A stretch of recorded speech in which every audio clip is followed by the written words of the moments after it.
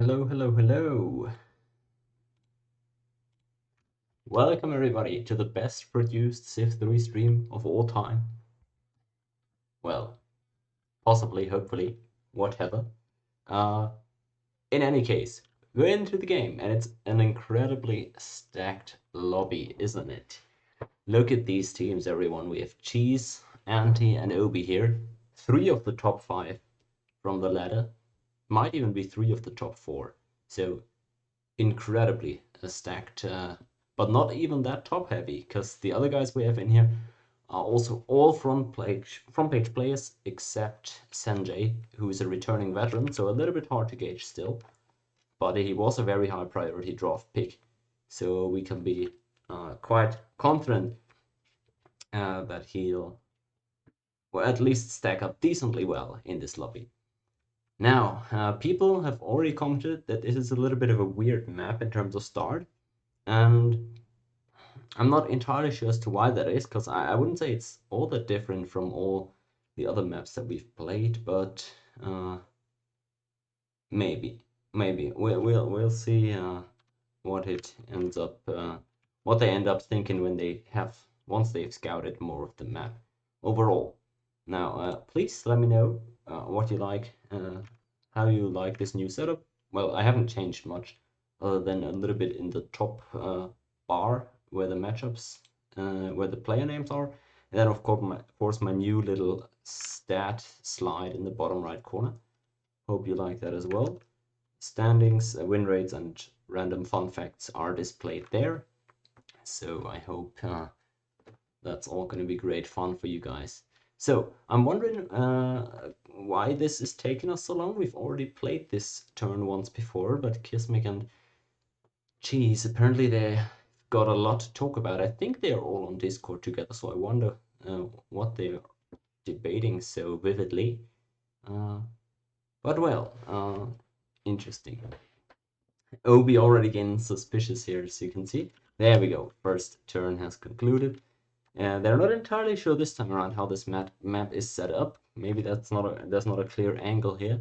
But Obi, of course, being in the center, he has the clearest vision of, well, he is the one with the only real knowledge that there must be something east of him. So makes sense that he would suggest that. But well, we'll see how good an idea they'll end up having in these next couple of turns. I believe the other team on Discord, of course, we can't really check into their comms that well, but we'll see how it ends up shaking out. For them, I believe they have a pretty good idea of what this map is set up. What I can see looks spiral-like already. I'm not sure what exactly he's saying, but yeah, there we go. He's spotted the Mayans who haven't spotted him yet. That is great knowledge for Rebdeck, and he's got a real nice start. Look at this. Incredibly nice land for everybody here, of course, but definitely the Vikings and the Incans with the best land here in overall. So we'll see how they'll end up making this. Oops.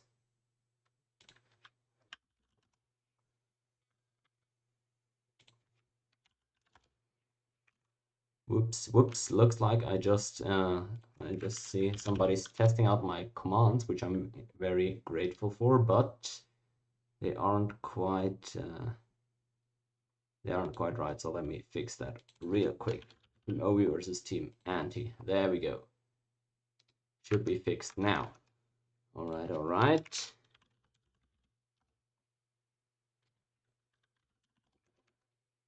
Here we are, fixing the stream in the meantime. Okay, so what do we got? Maybe I missed out a little bit, not too much though. I don't believe Cheese knows that he's been spotted yet. First Jaguar Warrior out for Anti as well. He's in the middle of the map. He's got pretty decent access to 2 enemies, so he won't be all that annoyed about that starting position. Of course, he's a little bit further removed than maybe Vikings and Japanese are from each other, but overall should be fine. And there we go. Rebdeck loses his scout. That is potentially big here. He moved the scout mid-turn. Bit of a rookie mistake there, really, as Cheese is so nice and moves on to the child despite his unit lagging out a bit there. But that's unfortunate. Losing the scout mid-turn like that, maybe the nerves getting to him a little bit there. In any case, he wasn't quite diligent enough there. However, both these folks here in the eastern and the very west, now with their irrigated cow, meaning they are gonna start growing incredibly quickly here out of cap. It's gonna be really, really nice for them. 3-turn growth without granary even, and then of course 1 per turn with granary. That's incredible. Now, as you can see here, you need another bonus thing. I'm just lying to you, aren't I? Right? You need 1 more food. It's not quite that OP yet, but of course for the Incans it is, because they're agricultural, not for the Vikings. However, all right. So Cheese having killed that scout is potentially pretty big, because that's I mean, he can't scout you that way, right? He doesn't know what exactly you have, and more importantly, also doesn't really know what the terrain's looking like, how he can double move onto you, etc. And where your worker is. All that information can be really useful when you try to assess some early push. Looks like Anti making an early push of his own here, getting that Jaguar scouting going. I don't think he's found anybody just yet. Neither has anybody else over here in the east, but he's gonna get a couple of huts here, hopefully for him at least. Whereas Cheese going for the full-on warrior spam, as is typical when playing the Mayans.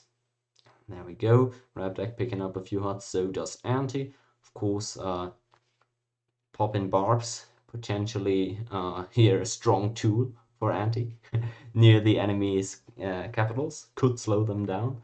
Doesn't end up getting that. But he'll be fine with some gold or some tax as well, so he's not going to complain about that. Also, the Japanese starting with the wheel as a tech is pretty useful as well when you have Egypt in your team. And you get that knowledge of where those horses are at immediately. Cheese popping barbs, alright, so they know. That's pretty useful info for Radbeg as well, right? Seeing those barbs gets you information about where he's at with his units. In moves Anti though into Thebes, and Obi's gotta pay attention. I think he just moved his worker back into Thebes there. And oops, please don't let us drop here. Oh god.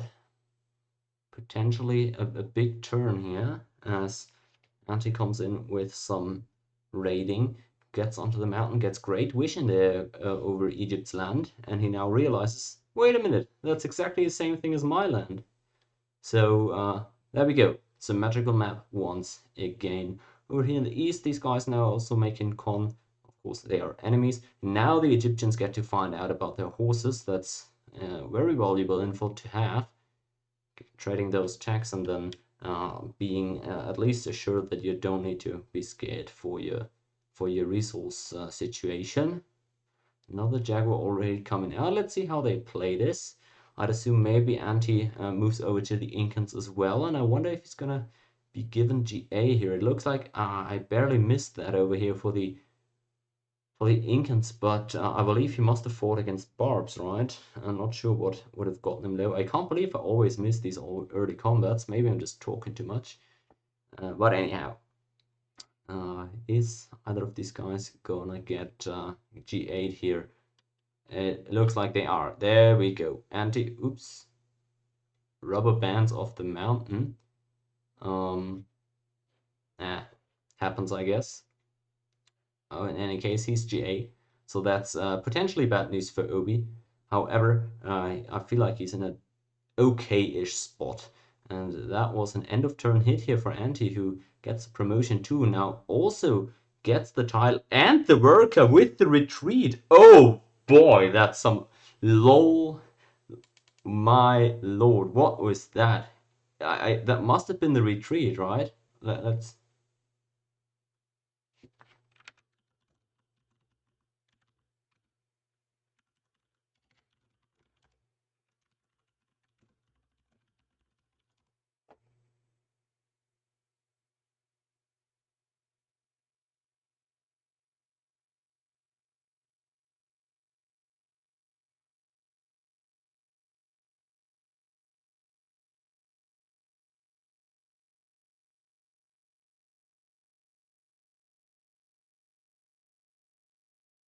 All right, we're debating about the legality of this move. Looks like it wasn't the retreat. That would have been too funny, I guess. Huh.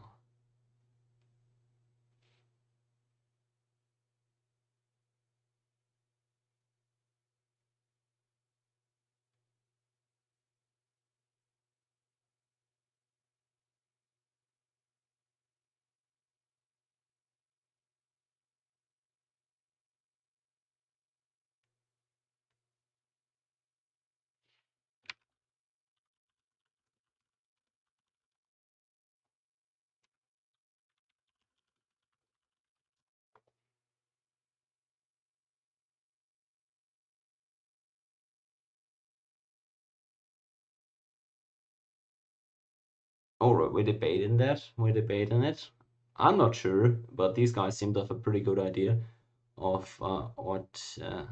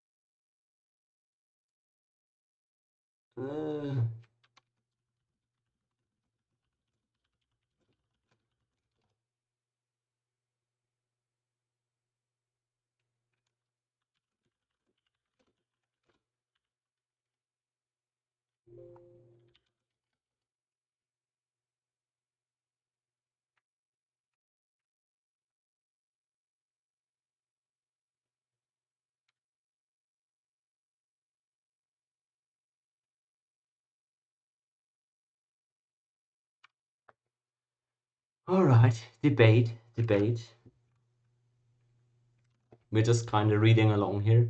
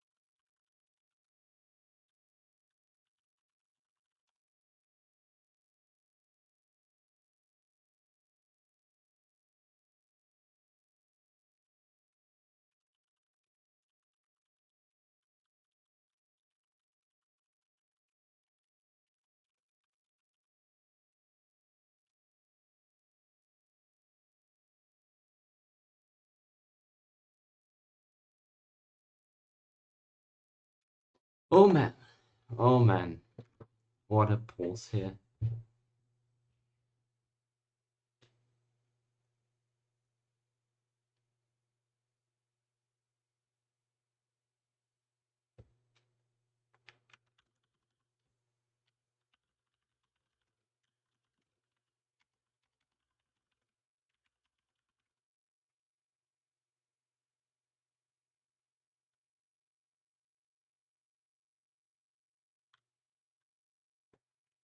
Huh.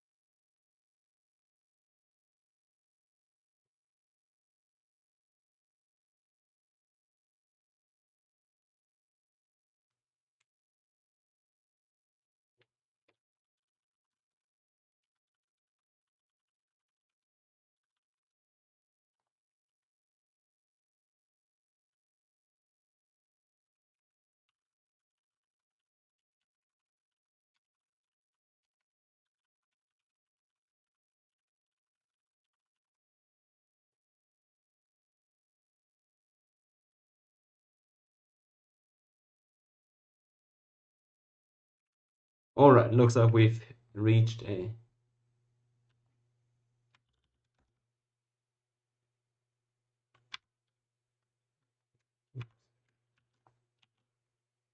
All right, there we go. Gotta reload that as we finally resolved that issue. Looks like there is an official MPT ruling for that, but it is pretty fucked up. So we kinda went around the ruling here and found a separate ruling with the participating players, resulting in a turn reload with new moves. So we'll see how that.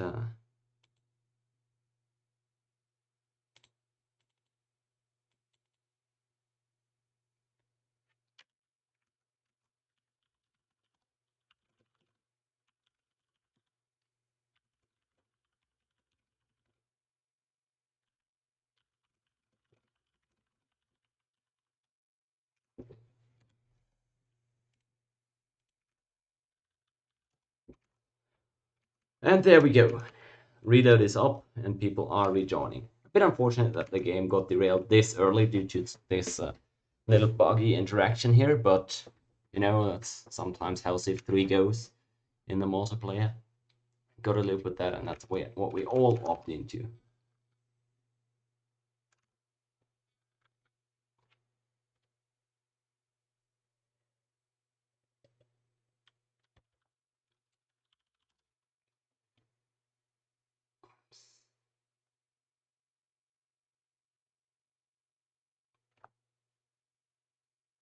A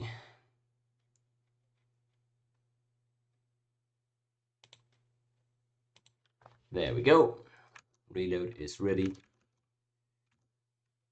People are in, and hopefully nothing else is gonna come up. It's gonna derail us here.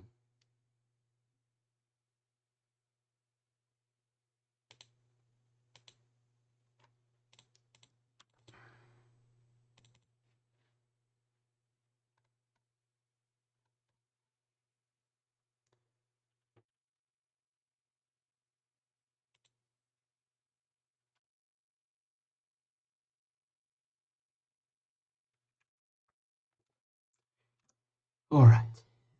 The chatting is still very much active here. What we're gonna get.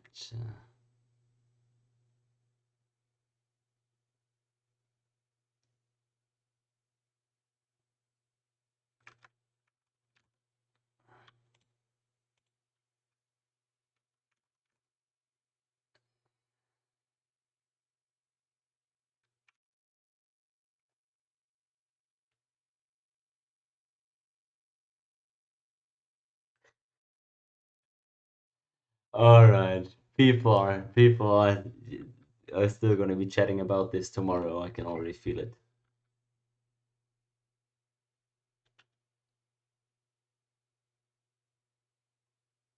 Oh boy, oh boy, oh boy.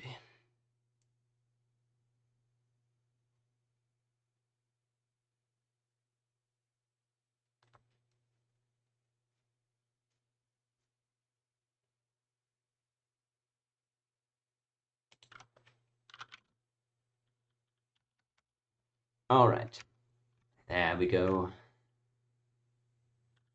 And he also saying he'll correct that Jaguar move from earlier where he killed the Chasky. Good sportsmanship here, everybody. I love it.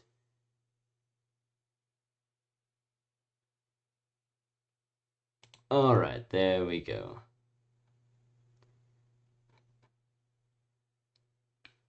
There we go. We're loading in, and we're gonna start immediately with new moves. So everybody gotta be ready.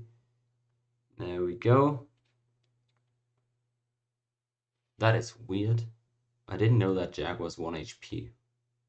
Oh, it was, right. It was. It hit Thieves end of turn. Oh, don't tell me. Is it the freeze? Oh, God. Oh, alright.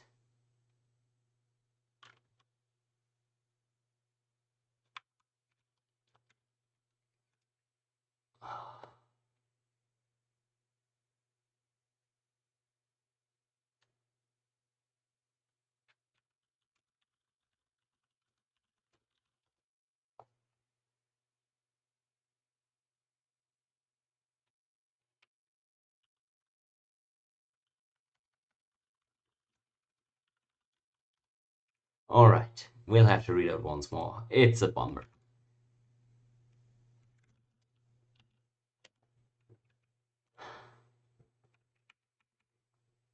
It's a bummer, it really is, but well, the people watching the YouTube VOD are luckily getting to skip all that reloading. For you guys here in the Twitch stream, I'm sorry. Very sorry for you, but we're still thankful that y'all are joining us. It is a top tier matchup here. Obi versus Anti, Rapdag versus Cheese, Sanjay versus Kismic. Yeah, we've got some top tier players in here. I just wish we got to see some clean, pure gameplay here. But you know, doesn't always go smoothly. Important thing is that we keep it as fair and sportsmanlike as possible. And we're doing that at least, so can't be mad, can ya? Alright.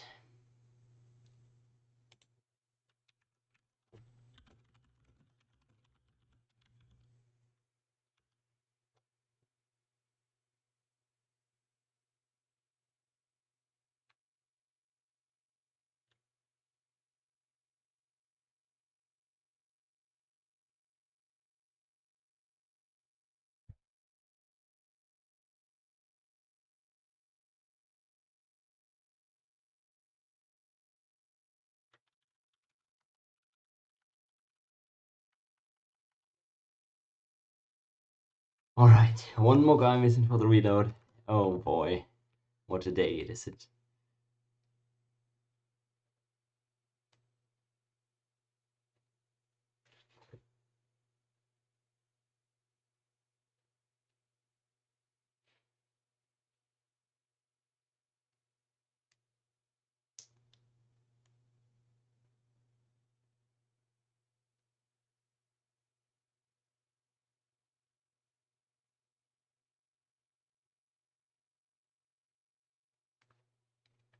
There we go, reload is full.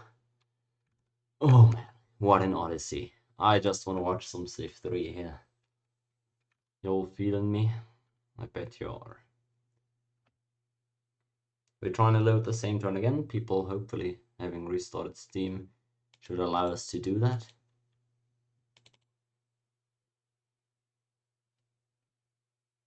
Oh, now some very quick file sending and loading. The chatting continues.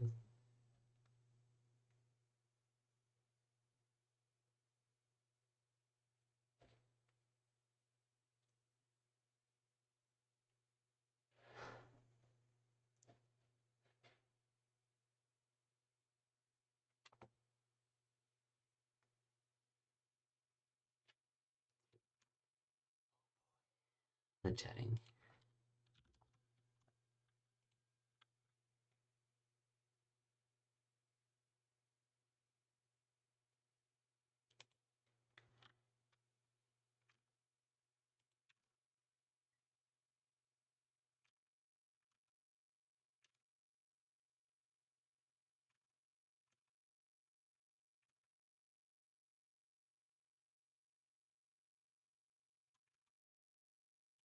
Oh, please, please, just check in. Oh, come on. The E-penis on these guys is so way too massive.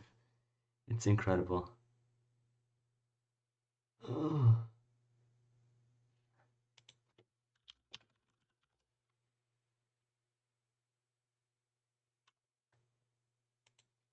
Okay, there we go. We're launching back in and we're doing new moves again immediately, so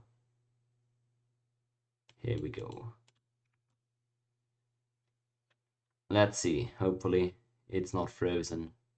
It looks like it isn't. There goes anti. Oh boy. Oh boy, what a roll. Oh boy. Wow. He gets the worker and he gets the promo again. It's pretty much the fairest it could have gone, honestly, considering all things together. He got one of the two things that he got earlier, the worker or the pillage. This time around it's a word. Oh. Oh, that's bad. Yeah, he disbanded that Jaguar that he had back there trying to disband that worker. Oh, that sucks. Oh, that's massive actually. But that's yeah. I can't really say anything about that. That's just a misplay.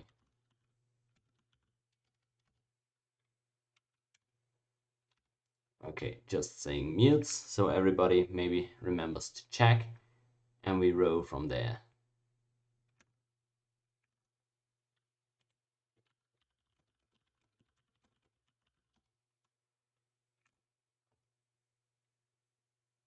Oh boy. Oh boy. There we go. So now we have a fun match. Now we have a fun match. And look at that. People have found out this big body of water here in the middle is actually a lake. So that's fresh water, right? That means all the aggressives are enticed, I guess, to plant on it. But on the other side, you can get boated from it through it from the other side. So you got to be careful there, not to plant overly happily alongside this thing, because could come to bite you if you're not careful with it. However, that's still far removed, because I mean, we're about turn 12 right now, and boats still aren't out, so the first cities are coming out here. We have a coastal city for the Vikings. I like to see that. Funny thing, all the northern team have planted their second city, and none of the southerners have. Size 6 here for the Incan Stratdag. I wonder what he's gonna do. Is he just gonna do like a Chasqui stack on one city? That's gonna be interesting to see what he's gonna end up building there, but whatever it is, he has fallen behind in growth, if nothing else. Both teams, of course, with their one aggressive here. The Mayans expanding a little bit earlier. Of course, with the second city here, are gonna take the score, overtake the Incans in scoring sooner rather than later, I assume. Strong to Aztecs, he's saying. Yeah, well, what is he doing in his GAOB? What he's doing is planting a second city, and that's what all the northern team has done here. I guess I could have pointed this out earlier. My bad there on missing this, but yeah, the team lineups are southwest. Oops. I hope I didn't con. I hope I didn't con there. It was end of turn as well. Oops. It was bad if I did. Alright. It looks like I didn't though. Yeah, we have the southwest, which is the northeast. And it is a pretty narrow map, both in terms of land to settle and also in terms of distance to the enemy. I would say it is pretty little. We have the settler for Japan here finally as well. Let me see. Okay, they're already talking about the locations here, about the resource locations. They are pretty much spot on, I would say. Oops, it's end of turn. I want to get those spies planted. 2 of them failed on the first turn, but sadly, yeah, I have them. Yeah, I don't want to do that end of turn, of course. Northern team starting to push on more fronts. We have Jesus Warriors coming up slowly here. And then we have the next couple of Jaguars coming out, of course, after that first unlucky disband there for Anti. He's building them back up, and looks like the full priority is keeping down Obi here for the time being, because nobody's heading to Japan just yet. People, I guess, not so much worried about Japan expanding or building up a stack. And also, you don't want to give up a free GA to Japan just like that, which of course could happen at any second. Free worker potentially as well to boot. So maybe easier to harass Egypt there. And having taken that worker from Obi is pretty big, because he doesn't have an opportunity to hook his horses now. It's pretty unfortunate. Maya's warrior nearby the cap. That's, well, that warrior's just moved in. And yeah, maybe we'll see if how much of an advantage Discord actually is here. We have the northern team completely on Discord, and nobody on the southern team is, as Obi's warriors are getting anti-low, but not quite dead there. Second city is now for everybody planted, but the southern team was a whole 1 to 2 turns late on that. So that's gonna be visible in the score pretty soon, I do assume. Wonder how the overall game plan is gonna go here, because I can't see either of these teams pulling away and score here decisively. I would say, yeah, I would say it's pretty close here in terms of growth, in terms of who I expect to be building up that score lead. But oops, two war declarations going through end of turn here, and wow, that's a big roll for Sanjay getting that win. If he can fortify there now, he's pretty likely to die because he's not gonna get that health point back before the start of next turn. So he's gonna get cleared out here. Could be a potentially big roll if he gets another good one here, because that's the Vikings Iron, and very good coordination there from Sanjay and Radek trying to figure out where the resources for the enemies are. Looks like, looks like Obi's, oh yeah, misclicking that one. I wonder why would that warrior be so low, but he's getting pressured there. Gotta be careful not to get caught out, not to get all your improvements pillaged. He sent that one warrior up to Aztecs, but he might regret doing that in the end because he's getting pretty heavily pressured at home. We can see that Archer there in Thebes, that's gonna be big. And don't want to get caught out here. And most importantly, I mean, of course, it's great on defense, but having that 2 attack unit to clear out makes for way more efficient trades than to just spam warriors at them. So I agree with that choice. We can also see there the Iron finally freed for Kismek. He's gotten that warrior off. Was really nice coordination there by Sanjay and Rabdak, but of course, in the end, getting onto that iron all the way here in the back line was always going to be a bit difficult. The other two players having more exposed iron would have been easier to deny, but of course you don't know that beforehand. In goes the next Jaguar. What's Obi gonna do to respond? I think he just hit with the Archer most likely. And if there was the Archer, it was a terrible roll. Both the opponents are hitting onto Thebes, I would assume, but well, what's going on there? I wonder what Cheese just did with his warrior there. If he actually hit into Thebes there, if he speculated.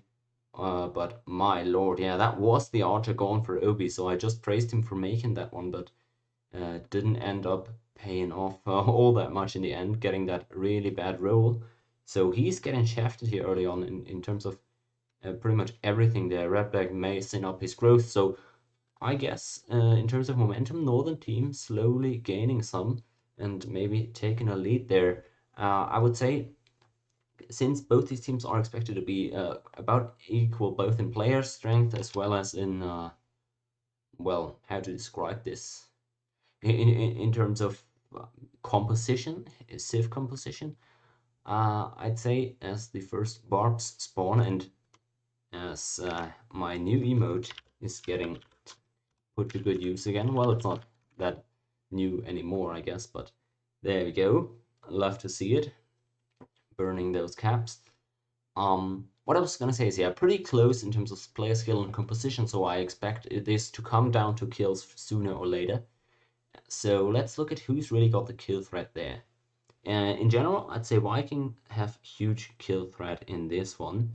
They can, of course, make a canal city here and use this inland lake in order to get some boating place off. But of course, they also have great access to the sea. And there's some really good naval routes here, both for the Incans as well as the Egyptians to be hit.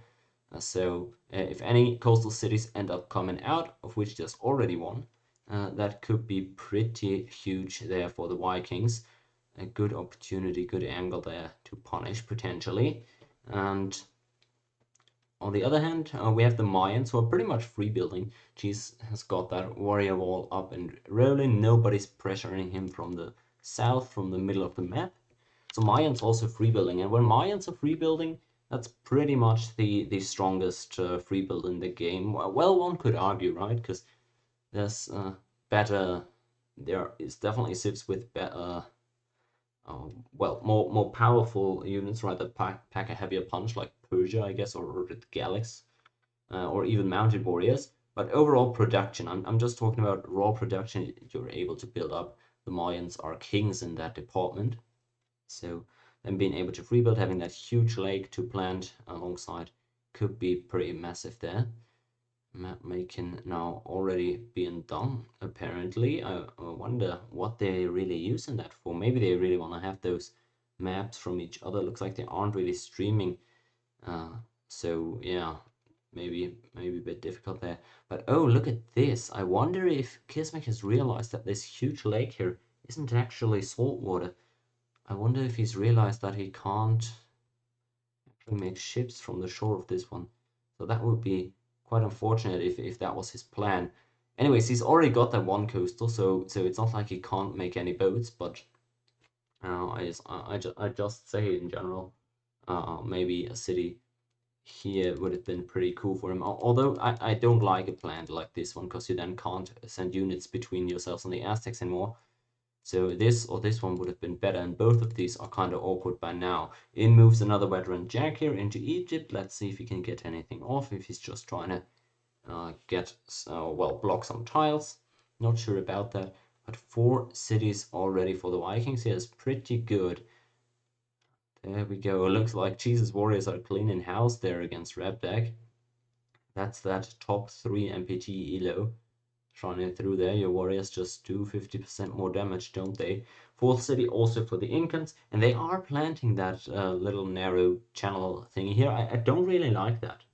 This city plant right here, and apparently the one that maybe the Vikings are also thinking about, that takes away a lot of strategic depth that you have, because it adds a lot of strategic depth, of course, in terms of being able to bow through this lake here, but it also takes away the possibility of moving stacks between yourselves and your teammates there next door.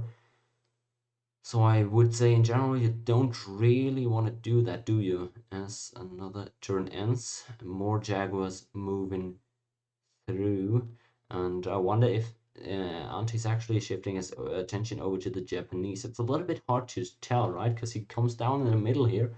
He could go for both Egypt and Japan, so he's effectively pressuring 2 guys with each of these Jaguars. So that's a pretty decent value he's getting out of that. Yeah, we'll be giving updates there regularly, as we also have the first javelin thrower coming out for Cheese in the north. I like that. He's going to take that GA pretty soon.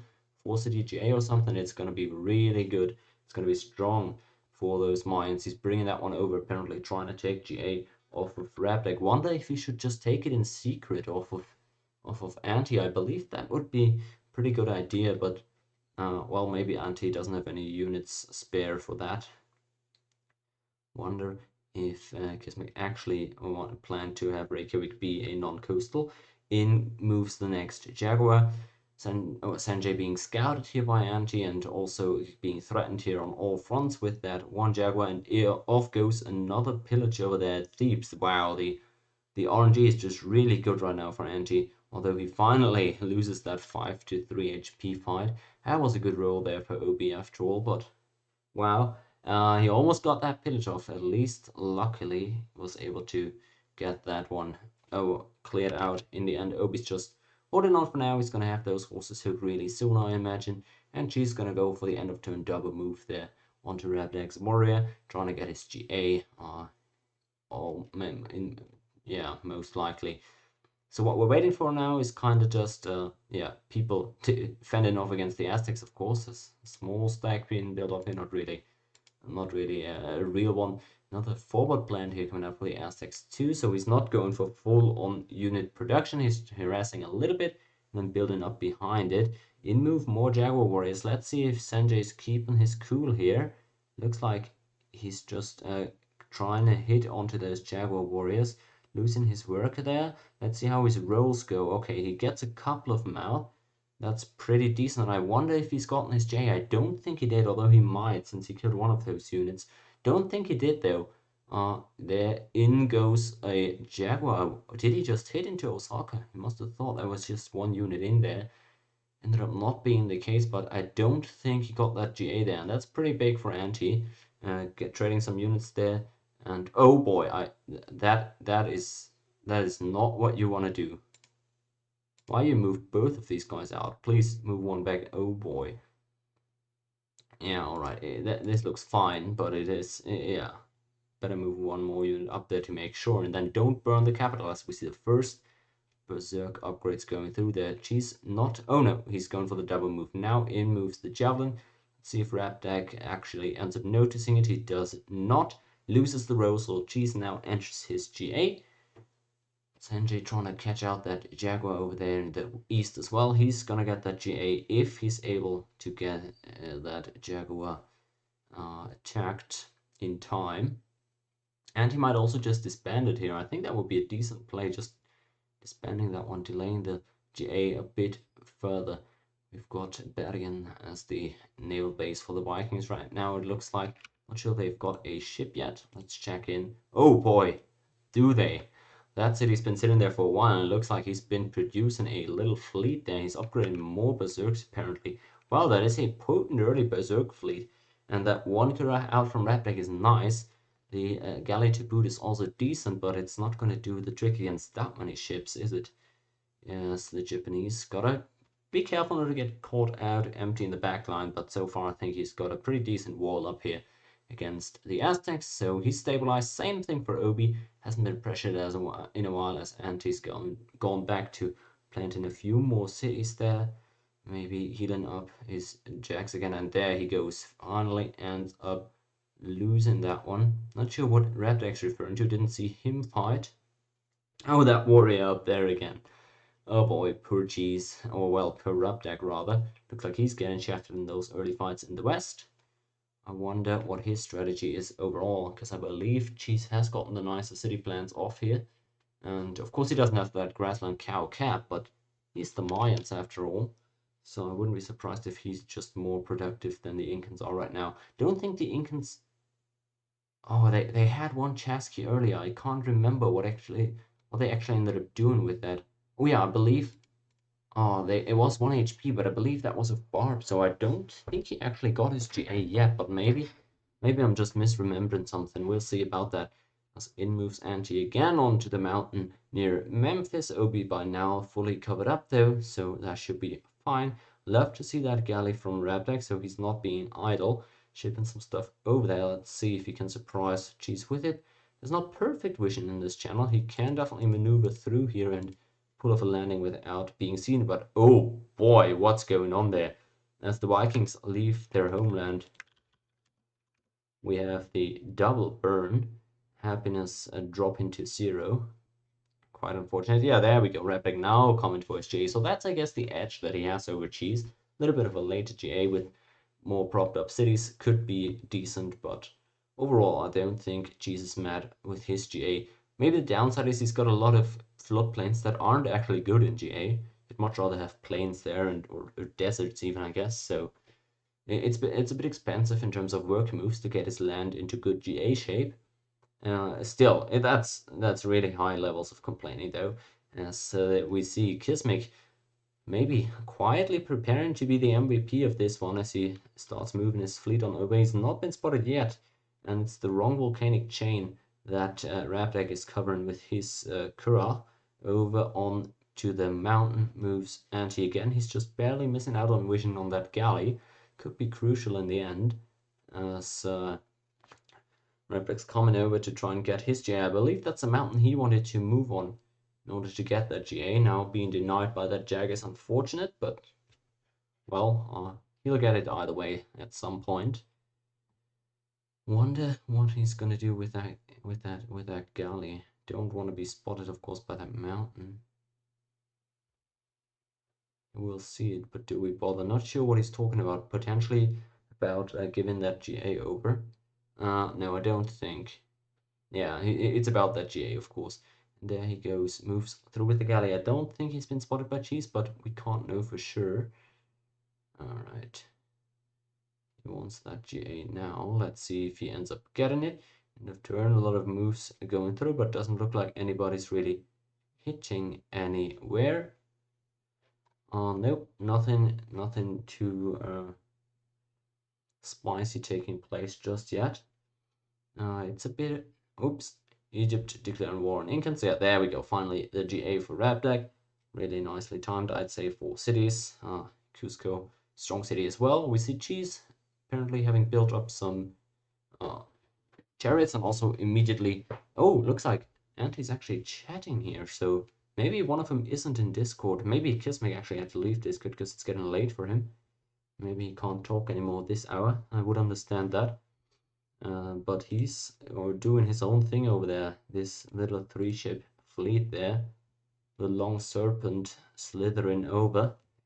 There he goes. Whoops, that was a bit of a visual glitch.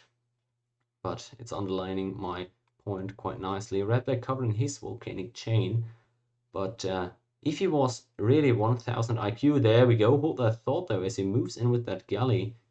Doesn't go for the landing though. Maybe he messed that one up, got a little bit caught out short on time, but that's unfortunate. Could have moved up maybe to here with no. Oh, never mind, he just got spotted. Really, there was no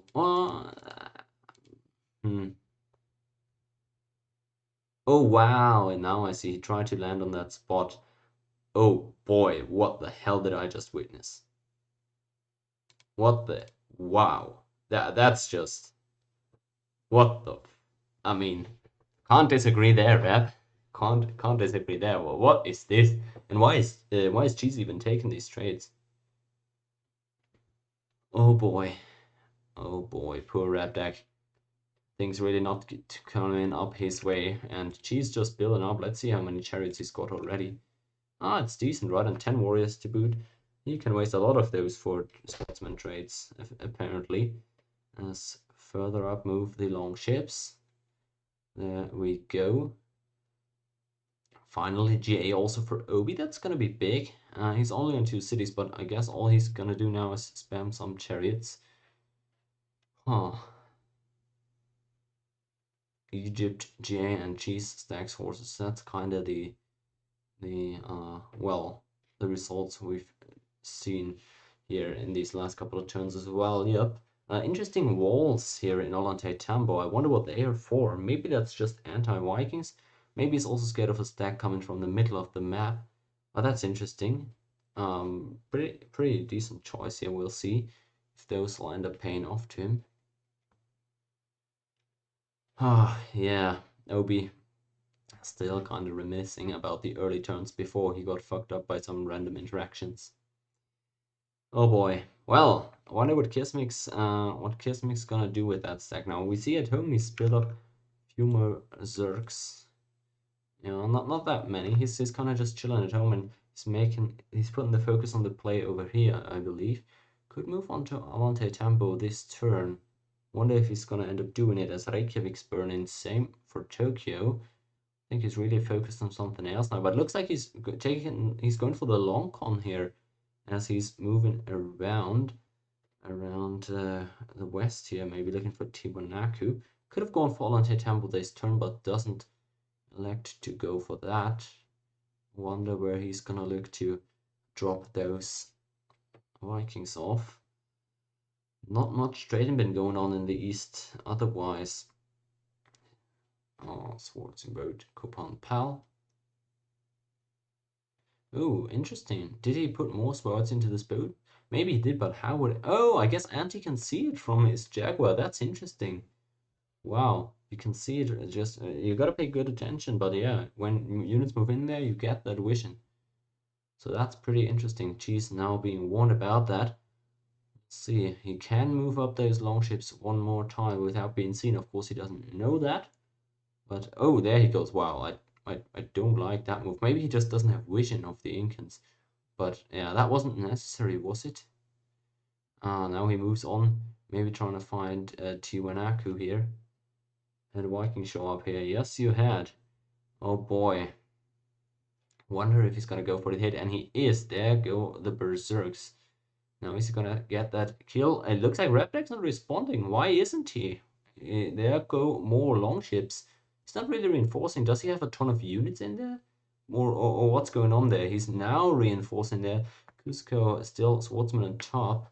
Wonder what's going on at Tiwanaku, but it looks like pretty decent rolls for the Vikings so far. And yeah, he's getting some kills off at Tiwanaku. Wonder how many units he's got left. Another swordsman drops. That's pretty big. He's getting... Oh my, these archers are just dropping like flies, aren't they? Doesn't get the kill in the end apparently, but pretty decent. I think he's only lost 1 berserk there, maybe 2. Yeah, probably 2, since he's got 3 at home now, but pretty nice trade. Doesn't get the kill. Now, pretty awkward movement here. Maybe he got cold feet in the end and got scared about getting found out. But either way, he might go for the re-hit here as the turn concludes. He's still got 4 berserks in there, pretty sure, so I wouldn't hate that choice.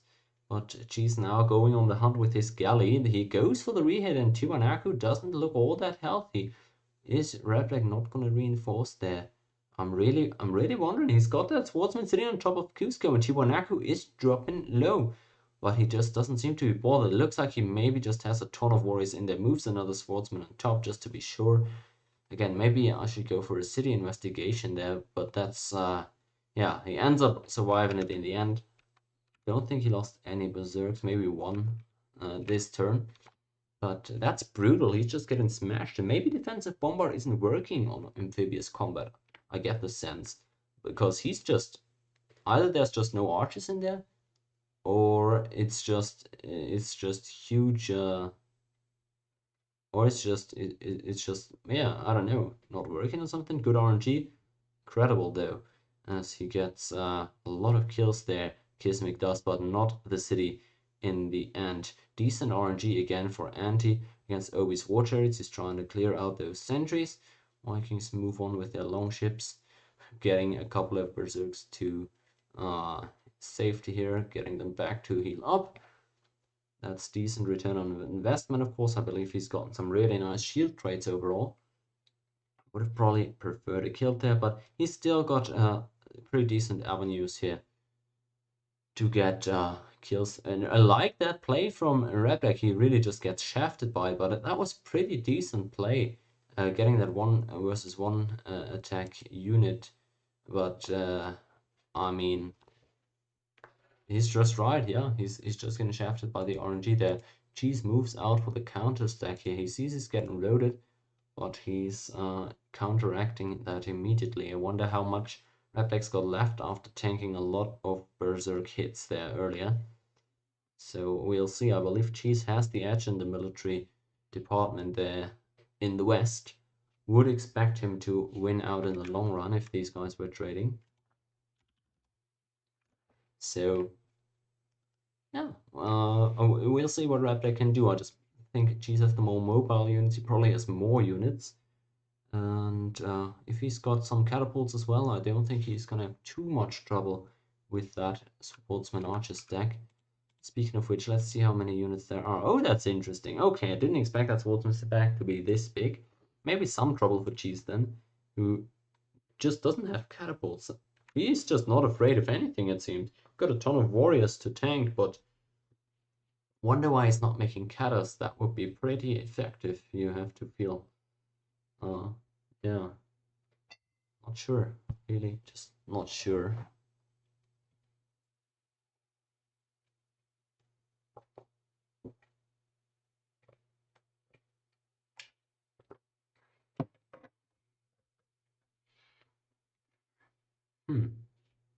Wonder what they, yeah, wonder how that's gonna go. That's kind of the big battle we've got going on right here with Cheese and Repdeck. The others not really contacting each other just yet, still sitting at home there. Wonder what Obi's sighing about. Oh, I didn't see, but he must have gone for another trade. Southern team really not having a very hot one so far, but Japan still untouched here, building up quietly. I believe Sanjay is going to be able to provide a lot. Kismek hasn't lost a ton of his investment with the longboats, but the point is it's not at home right now. So if Sanjay was to road up to Vikings, which he can do incredibly quickly with his workers, so if he was to road up to the Vikings, he might be able to overwhelm them eventually. That's kind of maybe the angle there in the east. He's one city less though, as he just has worse land, so maybe that's not a realistic option. So Rabdag first in MFG, that's interesting, but I mean it makes sense in GA. I just thought the Mayans might be able to compete with that. Does not seem to be the case there. Just plan towards Cheese and kick his ass. All right, they seem to be pretty comfortable, pretty confident in Rapdeck being able to win that. We'll see though, because Cheese is already cooking something up. I don't believe that Rapdeck is really expecting this, and I don't think he's got that many units in range to reinforce. So if Cheese were to go for the double move end of his turn, this might be a really good play. And in they go with some real nice coordination. The Berserks from the west, and then the Horsemen up from the north. I wonder if Repdeck's got enough units here to defend against this. In goes Cheese against the Archer there with the defensive bombard. Reptag at least buys himself some time to reinforce in Corihuayrachina, but there goes Cheese, clears out that Archer. And I wonder if he's going to go for the hit. There's a lot of Incans in that city by now. It looks like they might just decide not to go for the attack. But really nicely done, that play. It really wasn't to be expected, I don't think, because they didn't have any vision, neither of the longships, not of the horsemen.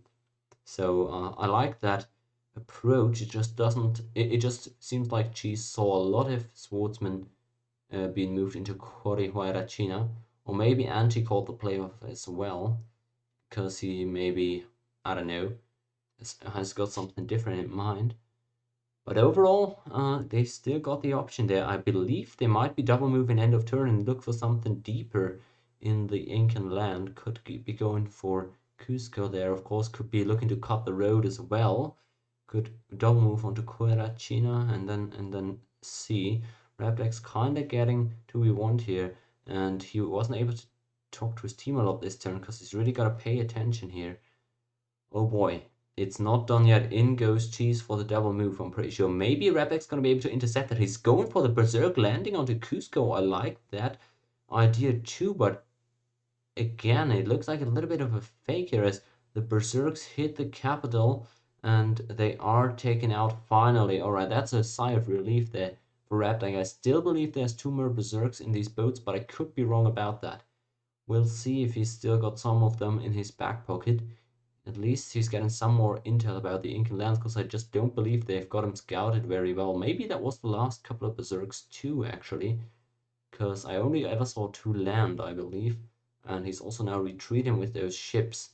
So for now, it's looking decent for Rabdak. He's just got to be careful, because the position that Cheese is in right now, while a little bit telegraphed, he's got a double move angle onto 3 Incan cities, and they aren't roaded all that well just yet. So Rabdak's gotta hedge his bets here a little bit and see what he's gonna invest troops into. We also see Sanjay now roading up. I like that play. Roading up to both Aztecs and Vikings, so he's gonna be able to coordinate with Rabdak soon, you have to imagine. Philo pop for Obi, that's funny. Maybe he got a random bonus tag off that. Probably he did. Wonder what he ended up getting. Maybe like construction or maths. Maths would be quite useful there, you'd have to imagine.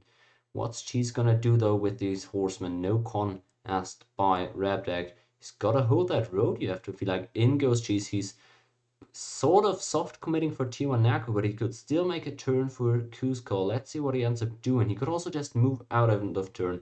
I wonder what he's gonna decide to do there, as he's holding onto the road, which is the most crucial part so far.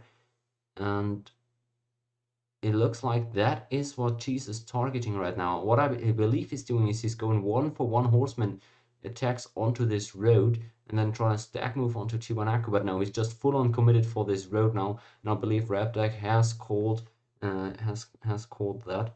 And maybe there's still some berserks in the back pocket, but no, the ships are now being retreated, and so are the horsemen. I think Rabdak, yeah, got a lot of these horses down, but he must have also lost a bunch of swordsmen in this exchange. That doesn't look all that great for him. I believe he couldn't really have taken a very positive shield trade there, but unfortunate. Obi getting deflated here a little bit. I didn't really see what his offensive advances were looking like, but looks like he's been getting the short end of the stick a bunch too. Around go the Viking boats. They don't really know how much is left in there. Let's check the overall count of, wow, that's 14 horsemen by now and 11 swords. The Mayans are big. I don't believe Rabdak's holding up all too well here in the long run, but maybe the archers are a weapon that I'm underestimating here. 15 berserks. No more longships though, so maybe Kismek is gonna invest into the into the land fight. I wouldn't hate that, but one thing you could do as well is you see that the Japanese are now roading up to you. So once you see their stack move out, you plant that canal city here, and you move your longboats through, right? And with just 6, 8, or 10 berserks, you can completely, yeah, you can just kill those Japanese at home once they move out with their stack. That is a big threat that you have. Those 4-moved longboats are really difficult to predict when they're gonna hit. So I like that they're gonna need to sooner or later plant that canal city there. Oh man. Oh man, it's looking pretty difficult there for the southern team. I don't like their options a lot here. I think in the west, this is at best a stalemate for them. I feel like, although maybe a couple of more turns of GA could end up paying off there for Rabdag in the end. And then here in the middle, both Aztecs and Egyptians aren't in great shape. Maybe the slight edge is with Obi there, but he's at least way smaller in score, so that is unfortunate here. He's definitely providing less score, so he's gonna have to provide more military than Antiquity is. Sanjay looks like he's preparing for something here. The temple's making it a bit difficult to double move into Aztec's land though. And again, we have to be careful here. At any point in time, Cheese could recommit with that horseman stack, although it's not looking likely that he's going to do that anytime soon. And yeah, that's right. If Rapdag's putting some pressure onto Cheese, then Obi can of course join in the shenanigans in the east. It looks like though, first he's gonna have to deal with a couple more Jaguars. Gets that one at least, as Kyoto is being put on fire. In comes my emote, the diligent memer that I am. Wonder what's going on with these longships. Haven't seen them move in a while. Doesn't he need to refill them? I feel like that would be pretty wise. You've got that investment, 66 shields just sitting there, and you don't have any more at home. You're just building cold berserks now, I believe. He's not upgrading any, he's just building them cold. So what is he going to do? Is he going to end up roading Japan at some point, or is he going to switch to ship production? I wonder really what Kismic's idea is, but we'll see, I guess, in the end. In terms of score, I haven't done the math, but I can't imagine the southern team's in good shape. Raptag's of course huge in terms of score, but the other two are pretty small in terms of all three enemies, so I don't think they could be up in score. 20 points up here, 15 down, so that's 5 up. No, okay, they're down 10 points in score there. I think 15 points in score even. So no, it's looking bad for them. It's definitely becoming clear that they're the ones who are gonna need to force a kill. It doesn't look all that good for them right now. It looks like Kismet's just gonna straight up walk on over there. And he's gonna get spotted pretty soon too if he doesn't take a more secretive route. So I wonder how that's gonna go. The northern team is moving out pretty prematurely here. You have stacks moving out on all fronts. I don't agree with this play, quite frankly. I mean, I like it in terms of it's bringing action into this game, but I don't think it's really ideal just walking your stacks onto the enemies when the enemies are the ones who are orchestrating their attack. I mean, fine, right? If you're stronger than them, you might be able to kill them. But it would be the smarter play, in my mind, to just wait for the opponent who is inevitably forced to make an aggressive move. Just wait for them to make that move, and then counteract with your big forces, right? And then maybe because you've got the angles, right? You see when Japan's moving out, you can then just sail over there with the longships and pressure him at home. You have the vision in the middle, so once the Egyptian war chariots come out, you can land some berserks there. Maybe Cheese goes in with his horseman stack. And for the Incans, it's super telegraphed as well. Well, I guess the boats could come out of Corihuayra, but if you just pick at your coastal mines, you can play very defensively, and I feel like that would be the better bet here, because you're not going to get caught up to in terms of score, I don't think. At least I would be heavily surprised as Rabdex Galley's made his way all the way around here. Maybe he's got some troops to land and can get a lucky strike off there, so we'll see. Looks like Obi's the weakest military on the map. And the skirmish in the middle is slowly but surely going in the favor of Japan. It just doesn't look like Sanjay's got a big stack that's gonna do much. But, well, he's at least got the priority in the road. We keep our eyes on the Rabdex boat. We'll also see what the Viking fleet is up to. So Obi's still skirmishing over priority here, but he's slowly getting moved onto by Cheese as well. More cities burning here. Good lord.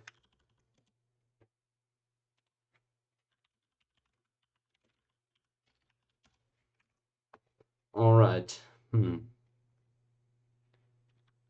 Obi now gaining confidence of his RNG there.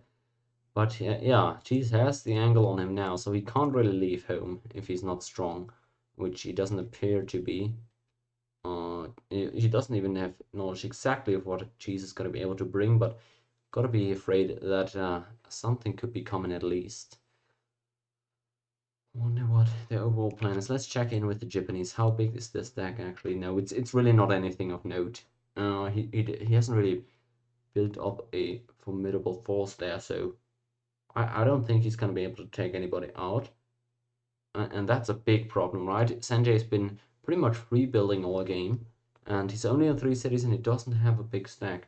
So yeah, maybe a more coherent strategy here. He would have needed to go for a bigger chariot stack or a bigger warrior upgrade, although that's hard to come by. I don't think their team had a lot of gold there, so maybe chariots was the only thing he really could have invested a lot into.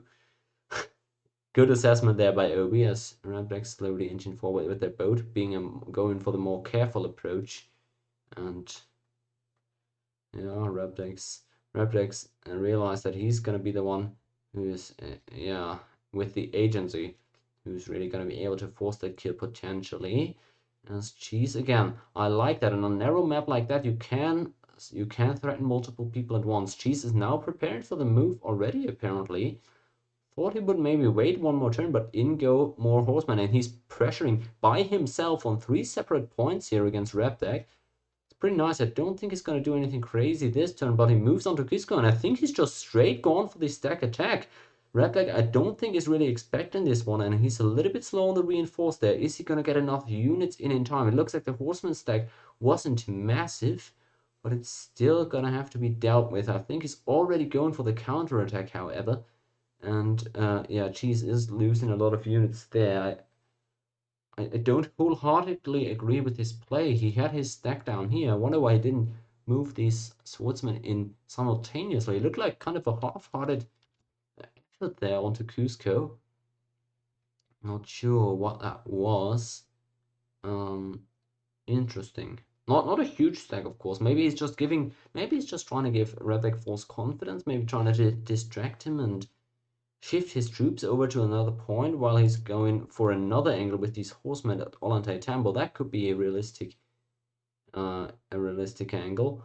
In come the Berserks, a pure Berserk stack with a couple of archers underneath. That is pretty potent. I don't think Sanjay's got the military to deal with that one, quite frankly. Even if he retreats all his troops, or maybe he does. I don't want to write him off just yet. It looks like, oh boy, that is an interesting play here for Cheesa. For Cheesa and Redback, rather. I would have thought Redback just goes for the straight landing onto Antiquity, but no, he's actually moved on over to Cheese. I don't think he's got good maps of either. But that is interesting. Now that Cheese is really committing hard to offensive plays, if he's looking to do a double move end of turn, then Redback definitely is potentially able to kill him off quicker than he dies at home, because he has got at least protected cities back there. Cheese now moving in definitely. Let's see if Redback's doing the same end of turn. I don't think he will. As nope, he's now gonna have to defend against Cheese's stack. In come the horseman and the swordsman, and I think Redback's really committed a lot of units to his west. This is not looking good for him. He would have needed one more turn to drop that galley off at Cheese's backline. Doesn't look like he's gonna be able to get there though, as he's been kind of just crossed over here by Cheese. That he did pretty much exactly what I said he would do. He kind of duped him, got a lot of Redback's units shifted over into the west, and now he's hitting it all anti-town. But I don't think Redback's got enough units to defend this one. Well, we'll have to see. He's already dropping low on the archers and the swordsman. 1 HP units only left in there. I just don't think he's going to be able to keep this one alive. Maybe Obi can punish with some war chariots, but hold on a second. Has he just done the impossible, and was this a mismove? Oh, I don't like that move though. I feel like at this point you should just move into Machu Picchu and then go for the X click right at the start of next turn into Ollantaytambo. Could also go for the control U, but that is a scary situation for Redback right here. He's gonna have to, yeah, he's really gonna have to hold on there while he's trying to do something that is getting in the back. I wish he could get that one off. That could be a huge momentum changer in this game, as we see Kismic now moving that huge stack up on forward and also refueling those ships. I love to see that. No con called by Red. He moves in mid-turn. Wow, interesting. Just gets cleared out there. That was very early on. I don't. Yeah, I wonder what that was really. Maybe he really wants to focus.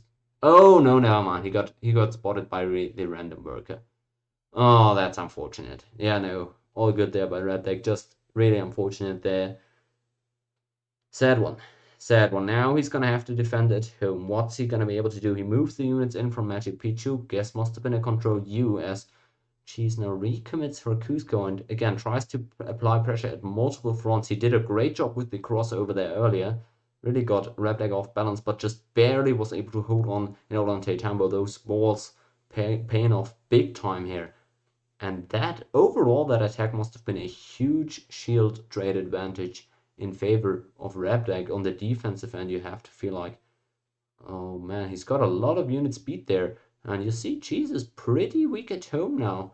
That was, yeah, I gotta say, maybe Cheese has proven my yeah, statement right there that it wasn't really.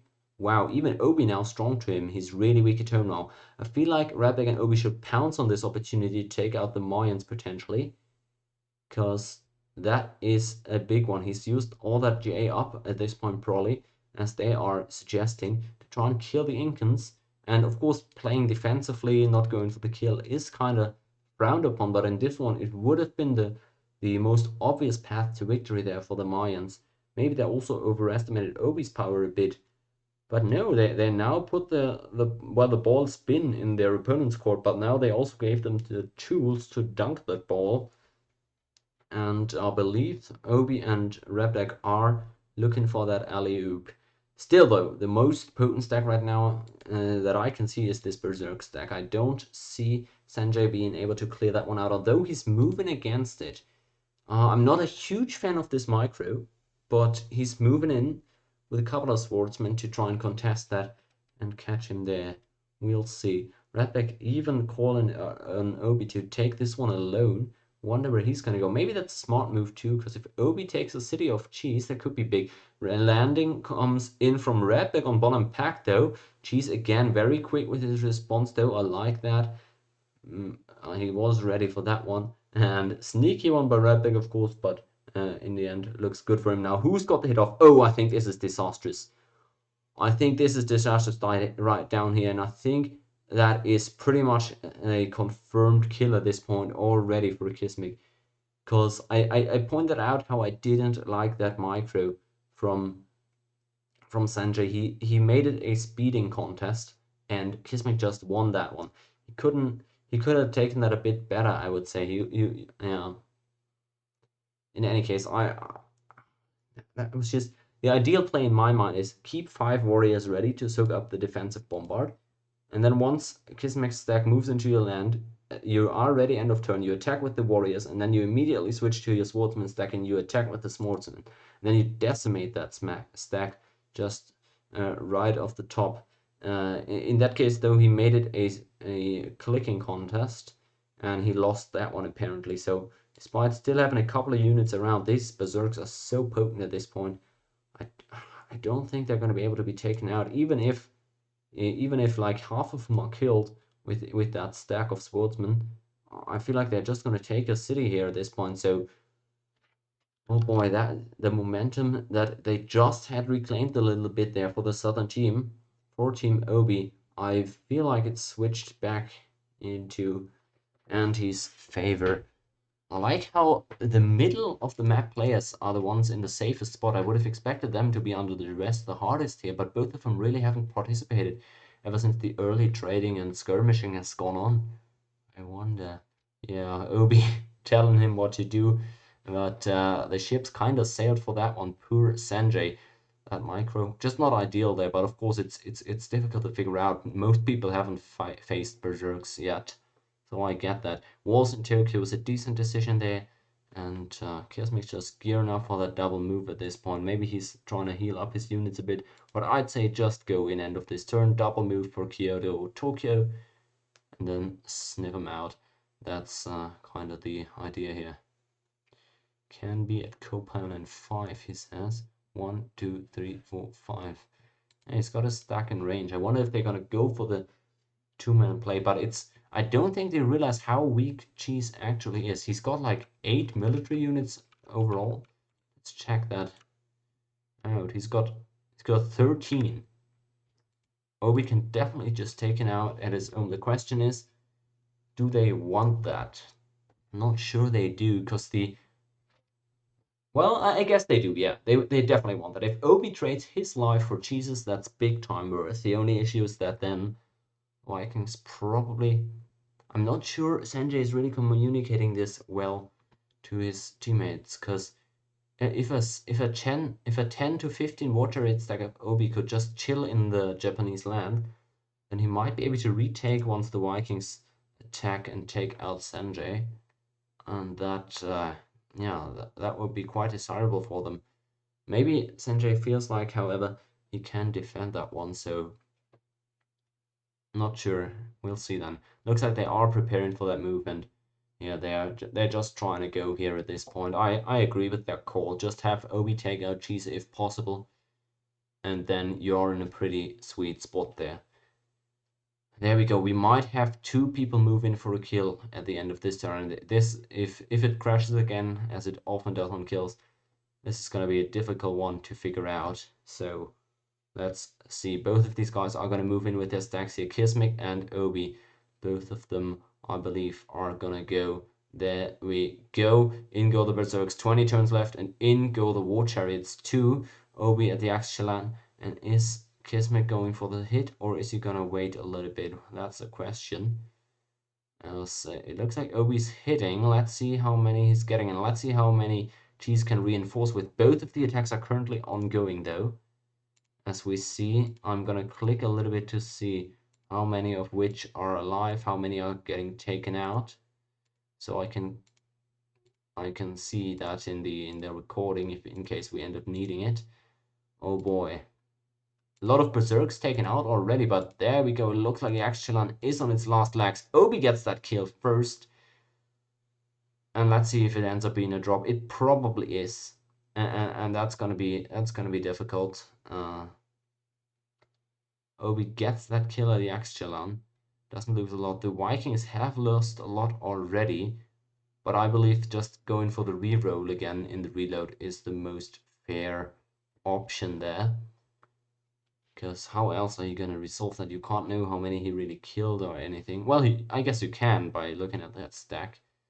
But yeah, we'll have to reload that and we'll find a good solution. Hang on tight there. This game is just picking up in pace here. A really nice trade for Obi's team as he takes out Cheese there. And Kismic is trying to answer in the south.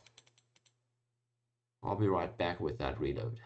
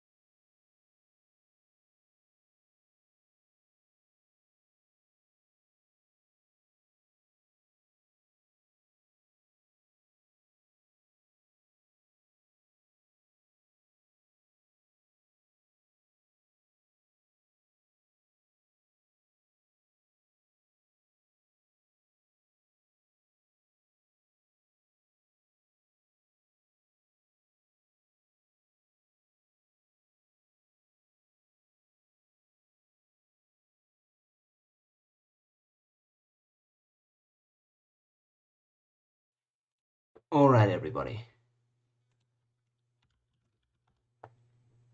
Alright, we're about to load back in here.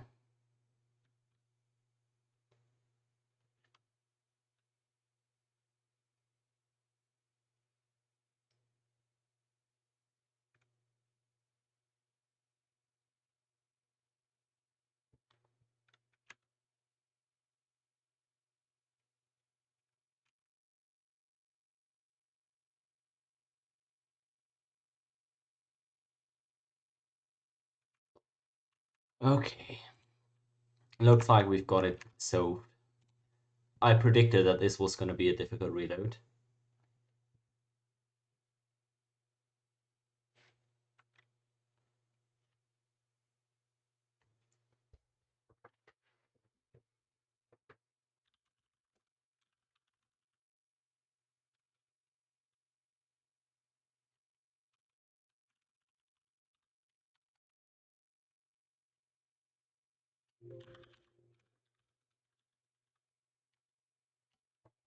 Alright, we're loading back in. Looks like these guys have figured out a suitable resolve means of resolve. There we go. Loaded back in. Finally. And oh no, did they just attack? Oh, I think they just attacked. Oh, this is gonna crash again, isn't it?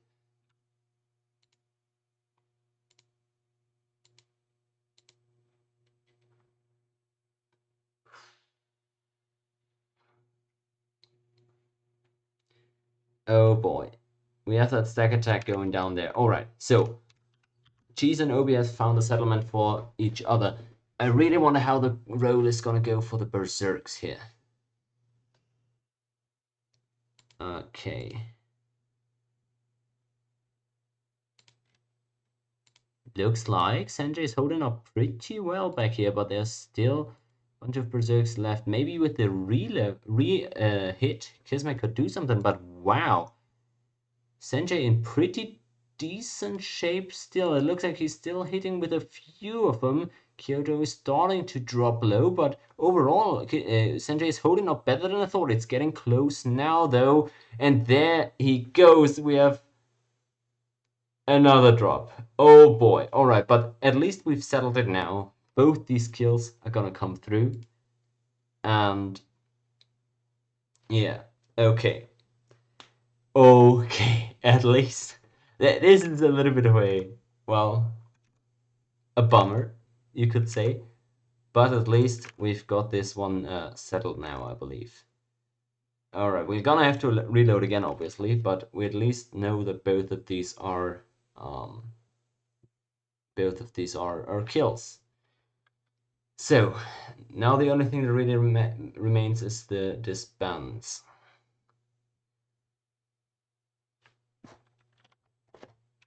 Alright. Alright, we're reloading again then, but we have 2 kills in that turn. What a turn, oh boy.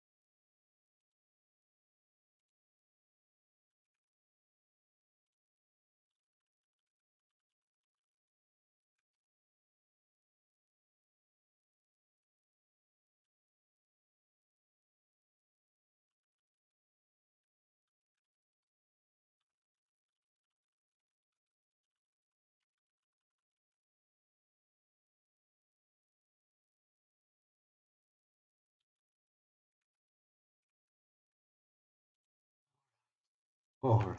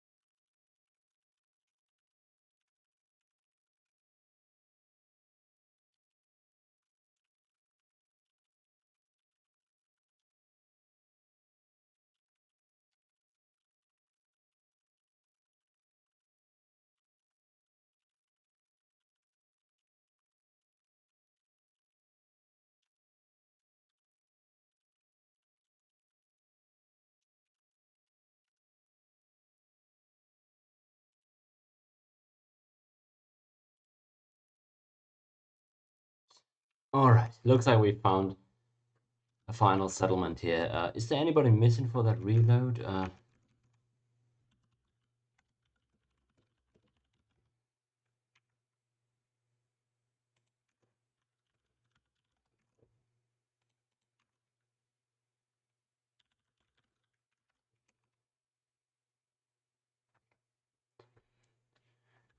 right, all right.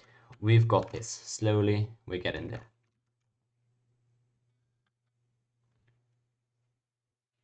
We're getting there.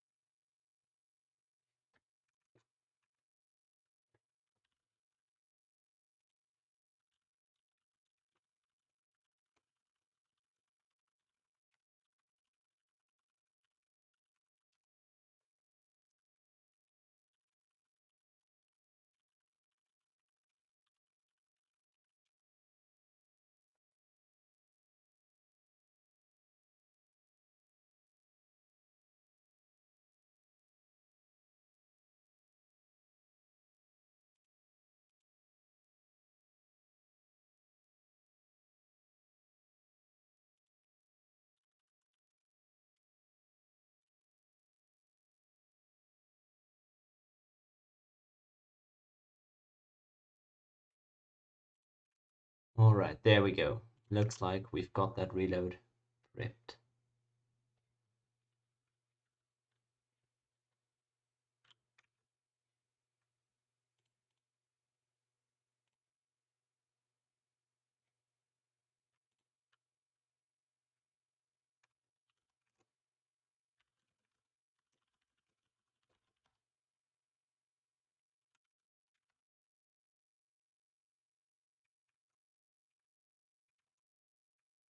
Ooh.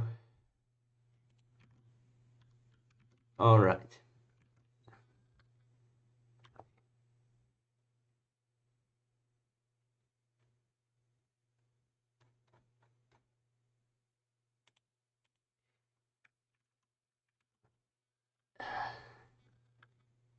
There we go. All right, everybody checked in.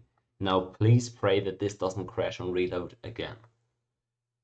That's what we're hoping for right now. Ugh.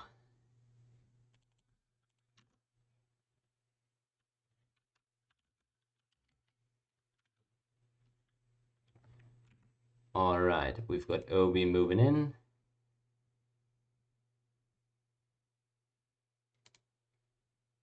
We've got Cheese moving out, hopefully. Hopefully.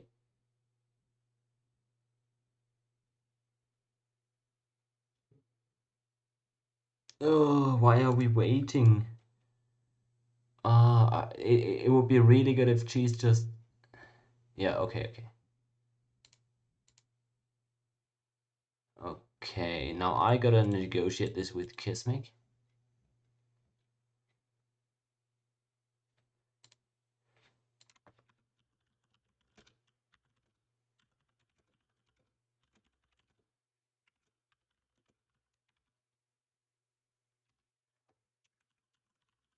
Oh god, yeah, good call there by Red Deck. Of course, gotta save that. Alright, so we've got the kill on Cheese. Obi's got his war chariots on over there, that's all fine. And then Kismic's gonna do...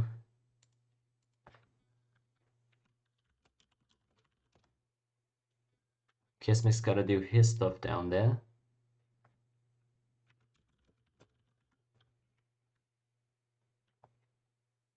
There we go.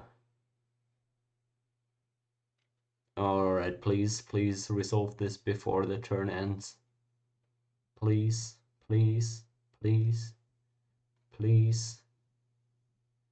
Looks good.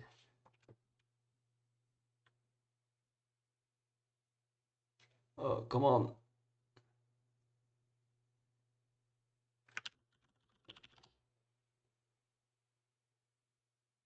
Alright, looks fine, right? Looks like everything's fine. He got into the city. Anti-cities are burning. Everything great, isn't it? Alright. Here we go. Now there's real emotions in this one. People have been arguing with incredible vigor about the validity of all these reload rulings and whatnot. So there's real emotions in this one now. We gotta see how this one resolves. Who ends up taking it in the end, because I really can't tell at this point. We've traded 2 players here, and that trade is massively in the favor of the southern team. However, still a lot of berserks and boats left for the Vikings to make some plays with. And Rapdag now, with all the space that's been bought for him, I think he can also build up a lot of units if he needs another kill in the end. I feel like, however, in terms of score, the southwestern team, the western team, I guess, at this point, Team Obi is in a real good spot there. In terms of, yeah, just... oh boy. Oh boy. Yeah, in terms of score, I believe the Western team should be in decent shape here. Now, let's see how long Obi can hold on here.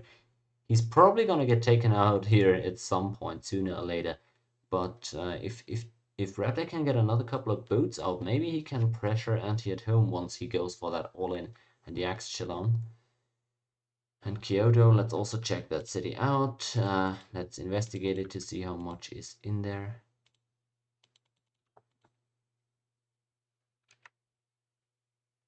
Still a lot of units.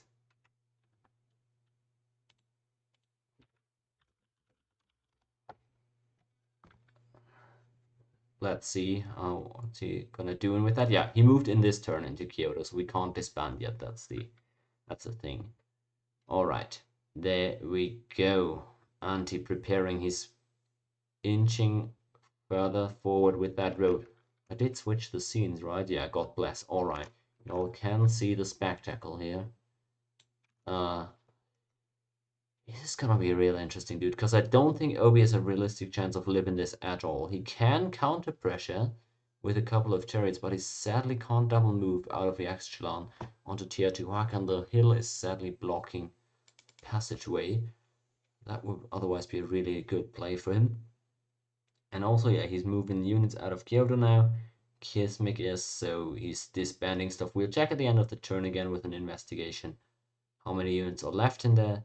I trust that he's going to be doing a good job at that though. And we still have the Viking army here on the Dragons of the Sea. So maybe they can do something there. Because a lot of coastal or near coastal cities for the Western team. And that's, of course, prey for the Vikings to fall upon.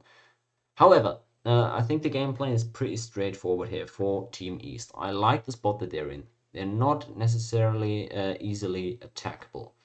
And they have a pretty much confirmed kill here at Yaxchilan, so I see like, yeah, Obi's trying to take proactive offensive trades here now. It's just, he's getting overwhelmed by numbers, I feel, so he doesn't have the best chances there. He might be looking for a desperate retake at Kyoto. I'll check here once more, now that it seems like the disband has concluded. Yeah, that's about fair. 2, 4, 6, 8, 10 units in there. That's what I told him to do. Disband down to 10 units. That is fair enough. And I guess that is their best plan right now. Wait for Obi to die and then have Rabdag retake. Let's see if they can pull that one off. This Obi, wow, what is he doing? He's moving out and in. All right, I wonder what his idea is right there. Not quite sure. However, in moves and he's not making any secrets here. He's not keeping any secrets. Oh, what's Kismix talking about? Yeah. This looks fine, just like I said. Down to 10 units, that is reasonable disband there for his results earlier. So fair enough. And yeah, so it's pretty straightforward, right? And he's gonna get that kill, but he's gonna have to defend a lot of cities then. He's gonna have 4 cities pretty far apart. So maybe that is punishable for the Incans there. And yeah, they don't have a lot of boats, sadly, to make a naval play. To yeah, to I guess apply pressure, because we saw that earlier from Cheese, right? You can take out people 1 versus 1 if you stretch their resources thin enough. If you force them to defend multiple points, or at least make them think they have to defend at multiple points, and maybe misdistribute the bulk of their army. That's the ideal goal. I just don't think Radvic's realistically gonna be able to yeah, gonna be able to pressure him that massively. I wonder though, he's sending his small stack on over there. That is a potential kill, depending all just on how many Obi's gonna be able to take out with his 4 chariots. Oh, that's the Berserk landing though. Is Obi gonna die in the back line instead of at the front? Let's check that one out. In come the Berserks at Thebes and Memphis. They're gonna be hitting here, aren't they? Yeah, they're going for the capital. What's Obi gonna do? Is he hitting out of the Yaxchilan? I can't tell, but he's getting pressured at 2 fronts. And he's hitting himself at Kyoto right now. He dies first, however. Well, that was a close encounter there, and it's actually Kismek with his 2nd kill of this game. And maybe that's even favorable for Rabdag, because there's not that many units in Thebes, and he knows that there can't be that many in there because the fleet of the Vikings really isn't that big in this game. Of course, Rabdag can't know how many ships exactly he brought, but maybe Obi's going to be able to tell him. So that, in some senses, makes it a little bit easier there for Rabdag. He sent out his entire stack up north, which is a bit awkward, but he's still the single leading scorer in this one. He's making a bunch more settlers. Maybe if he kills the Vikings on over here, I still find it hilarious that there's a ghost unit. Can I contact Obi? Can I contact him? Is that what those medium people do who go on TV shows and tell you they're able to communicate with your dead relatives or something? Is that what they do? They right click contact Egypt in this game? If so, then I want to know how they do that, because that's an interesting one here. No more Egyptians in this one. In any case, I think this was a misplay by Kismek in a sense that Anti could have held onto that northern city way easier than Kismek can on this one down here. And they're about even in score, so it's not like Kismek's score isn't worth anything. On the contrary, he's outscoring Anti here by quite a significant margin. So excuse me. So I wonder if that really was that great a play. I also do wonder where all his ships went. Did he disband ships? Or maybe he's out of gold. Maybe ships are getting disbanded because he doesn't have any gold. That would be hilarious. Oh wow. Halfdane is here. Halfdane's been won in combat here at Thebes. That is hype. A berserk army is something I haven't seen. I'd love to see that. Maybe he's gonna be able to put that to use. That would be incredible. He could make that work somehow. A Viking military grade leader. I'm still a bit salty that they named it Halfdane. I feel like there's tons more, tons cooler military leaders in Viking history, but you know, you'll take what you can get. However, he might have a little trump up his sleeve there, a little ace up his sleeve. With that one, maybe he's gonna be able to do something there. I wonder how you would use that, because you can't land. Huh. How would you use. There we go. Look at this beautiful beast. Berserk army. He's just marching it on over there. Maybe that's gonna be a difference maker actually with the 2 moves. 1, 3, and then yeah, he can get into Thebes in 2. That's pretty effective.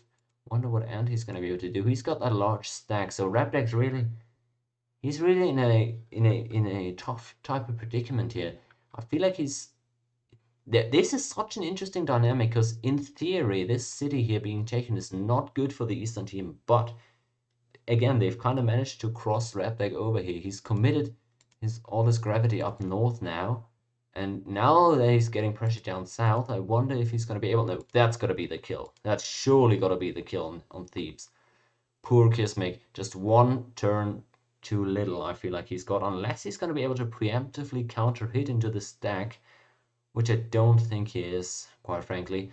He's supposed to die at Thebes here. Now let's see.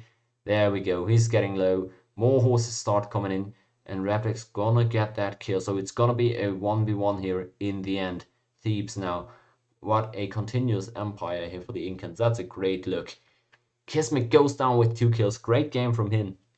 Maybe that kill on Thebes was actually not great for his team, though. I still believe Aztecs taking that Northern would have been the higher percentage chance at victory. But now it's Anti versus Rapdag, and he's got a pretty decent stack here to pressure Rapdag with. I wonder if Rapdag can slave out, hurry, produce enough units in his cities to defend that until his northern stack is able to kill Antiquity himself. Because remember, both these guys currently are holding a stack that the other one can't defend, I don't think, without using the opposite stack, of course. So I believe whoever gets to the enemy first and gets a good city to hit is probably gonna get a kill. These aren't doom stack sizes, these aren't unkillable, so if a bunch of units, a bunch of archers, although archers are really ineffective at this point, we have 3 players, so archers aren't doing it anymore.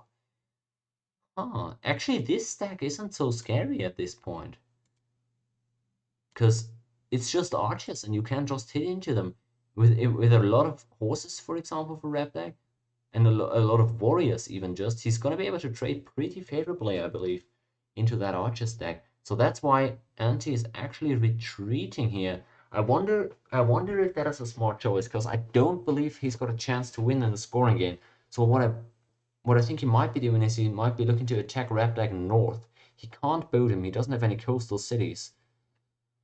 So what is he going to do here? I think he needs that kill no matter what. I don't believe he can just win on pure scoring. Now he's got a really nice stack here, so he can play defensively, and if he's able to spam out a bunch more cities, maybe he can catch up and score. I just don't see it happening, because his main leading scorer, it was the first one out of everybody to die. So I think he's going to suffer from that score deficit pretty heavily. And it's still 13 turns. That's a lot of turns. So that previous score lead that Cheese held, or that Anti's team overall held of the opponents, is going to decay, since the huge chunk of that came from Cheese. So no, actually, I don't think he's got any chance of winning this on score. So I wonder what his idea is right now. He needs a kill. Maybe he thinks the likeliest kill he's gonna get is up north. Rapdag's sort of doing him a favor there in terms of moving and planting further up north as well. Maybe he just wants to hook these luxuries. Although he's pretty That's a pretty rude ignorance of those wines here. Not sure why he's exactly insistent on moving up north. He can get the largest land area, I guess, so that's a bonus there. But anyhow, let's do the score math real quick. Let's do the score math, if you will. Incans plus Egypt plus Japan minus Scandi minus Aztecs minus Mayans. Oh no, never mind. And his team is up in score heavily. I misjudged that one. I believe that gap is gonna shrink over the next 10 turns though, but yeah, I have to correct it. It is possible that Anti wins this one on score. Let's see if he's able to catch our Red Deck Settler. That could potentially... Now, if this is gonna be a close score game, which it looks like it might be headed towards, then I really wonder if such things as catching out a settler over here could be the difference maker in the end. Looks like, alright, he's defended his settler for now. This is gonna be very close. What are these guys gonna do? It looks like Anti is going for the settler spam. He doesn't think that he's gonna be able to kill. He doesn't have a way to boat anything over. So that's most likely what it's gonna come down to, him spamming score as good as he can. Raptic maybe with a galley or something. I don't know if he even has that. Oh yeah, he has the galley down south. Maybe he can also send out a galley and pick off any score cities at some point.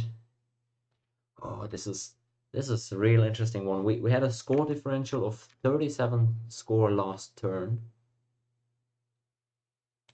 Let's do the score math again and see how it's changed. We have Incans, Egypt, and Japan minus Scandinavia, Aztecs, and Mayans. 36. Oh god, never mind that. It looks like we gotta wait. We're gonna give it a couple more turns, but maybe I'm misjudging the way score decay works. I thought Cheese would have been hit way harder than the other two guys, but so far Rapdeck's team only caught up by one score. So is Team Anti actually in a comfortable lead here?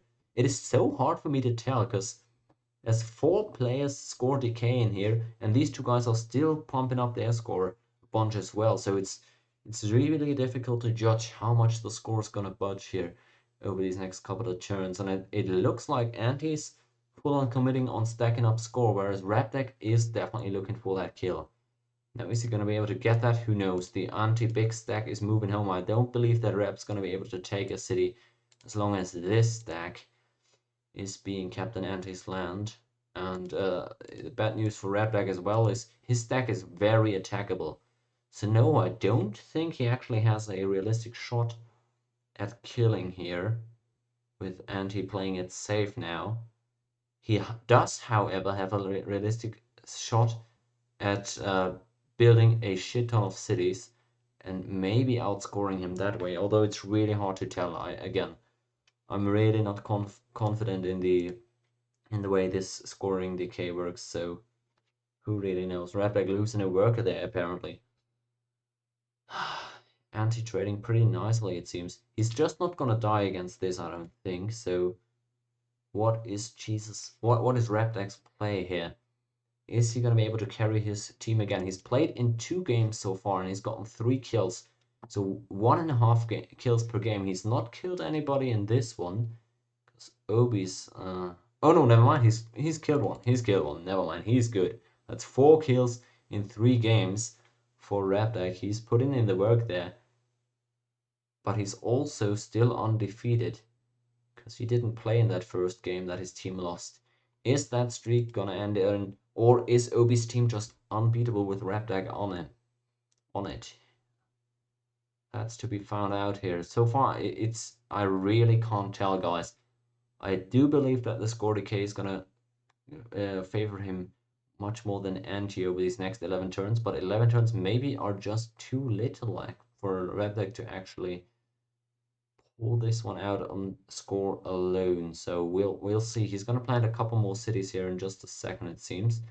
Gonna get some more luxuries as well. I don't like this, but maybe with his luxury slider up at 100%, he doesn't even have any unhappy citizens anymore. So maybe any luxuries are just waste at this point. I don't know about that. If it is, then yeah, screw those wines, I guess.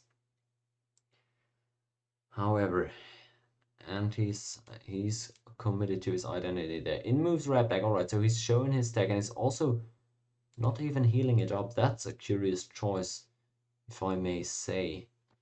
Wonder what he's gonna do with that. He knows that Anti has a decent sized stack that he was gonna kill Obi with. Maybe he thinks Obi's taken out a lot of Anti's units during the attack on Thebes, and of course onto the Mayan city up here as well, Yaxchilan, I believe it was. So, no, maybe he underestimates Anti's military power a bit, but if he compares military strength, I believe they're about even. It might say average strength here. Let's check. Ah, no, all right. Oh, no, all right. He is definitely strong to him, but a large chunk of his army isn't on offense right now. Tons of archers here, somewhere at home, in Thebes mainly, I believe. So difficult one. Aztecs are gonna get a coastal city. They're not gonna be able to boat anybody, however. That's gonna be a little bit too late for that. But he's not the one who needs the kill here, so that's all fine for him. It's all fine for him. It's really just for Rabdak. Again, now let's do it every single turn. Let's see how that score differential changed. We have 37 to 36. Let's see how it changes this turn. 130, 124, and 106.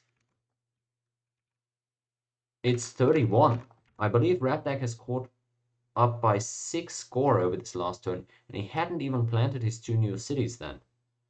Alright, maybe there's hope for him. Maybe he's starting to really make up ground here. I still believe that that is gonna come down to a very few score in the end. I thought Rabdak had it in the bag in terms of score, but I got disappointed by the early score decay. Maybe it's gonna start picking up in pace here. We'll see about that. He is starting to move in with his stack into Aztec land. Don't think this is enough to kill. Maybe he's gonna fall prey to the same trap that Cheese did. Up moves Anti. He's looking for any stray cities he's potentially able to catch out. So far, Cheese isn't exposing himself, or Rabdak rather, isn't exposing himself. Wow, oh, this is... I'm not sure how bad this is, but it is pretty ridiculous.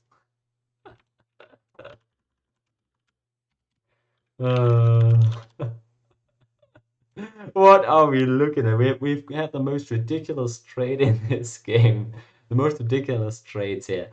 And it's not over yet. Oh boy. Alright, so this stack isn't going to do anything. Now, oh yeah, what I was talking about. Maybe Rabdak's going to fall prey to the same trap Cheese did. Maybe he's going to go for an unnecessary attack that weakens himself at home so much that Anti's able to capitalize. I don't think so. I don't think Anti's gonna have the time left to get over to Vilkas and punish Rabdak for that attack if it fails, but the possibility is there. I'm checking the score again. We had 37, 36, and last turn 31 score gap. Let's add up the score again. Japan 80, Egypt 85.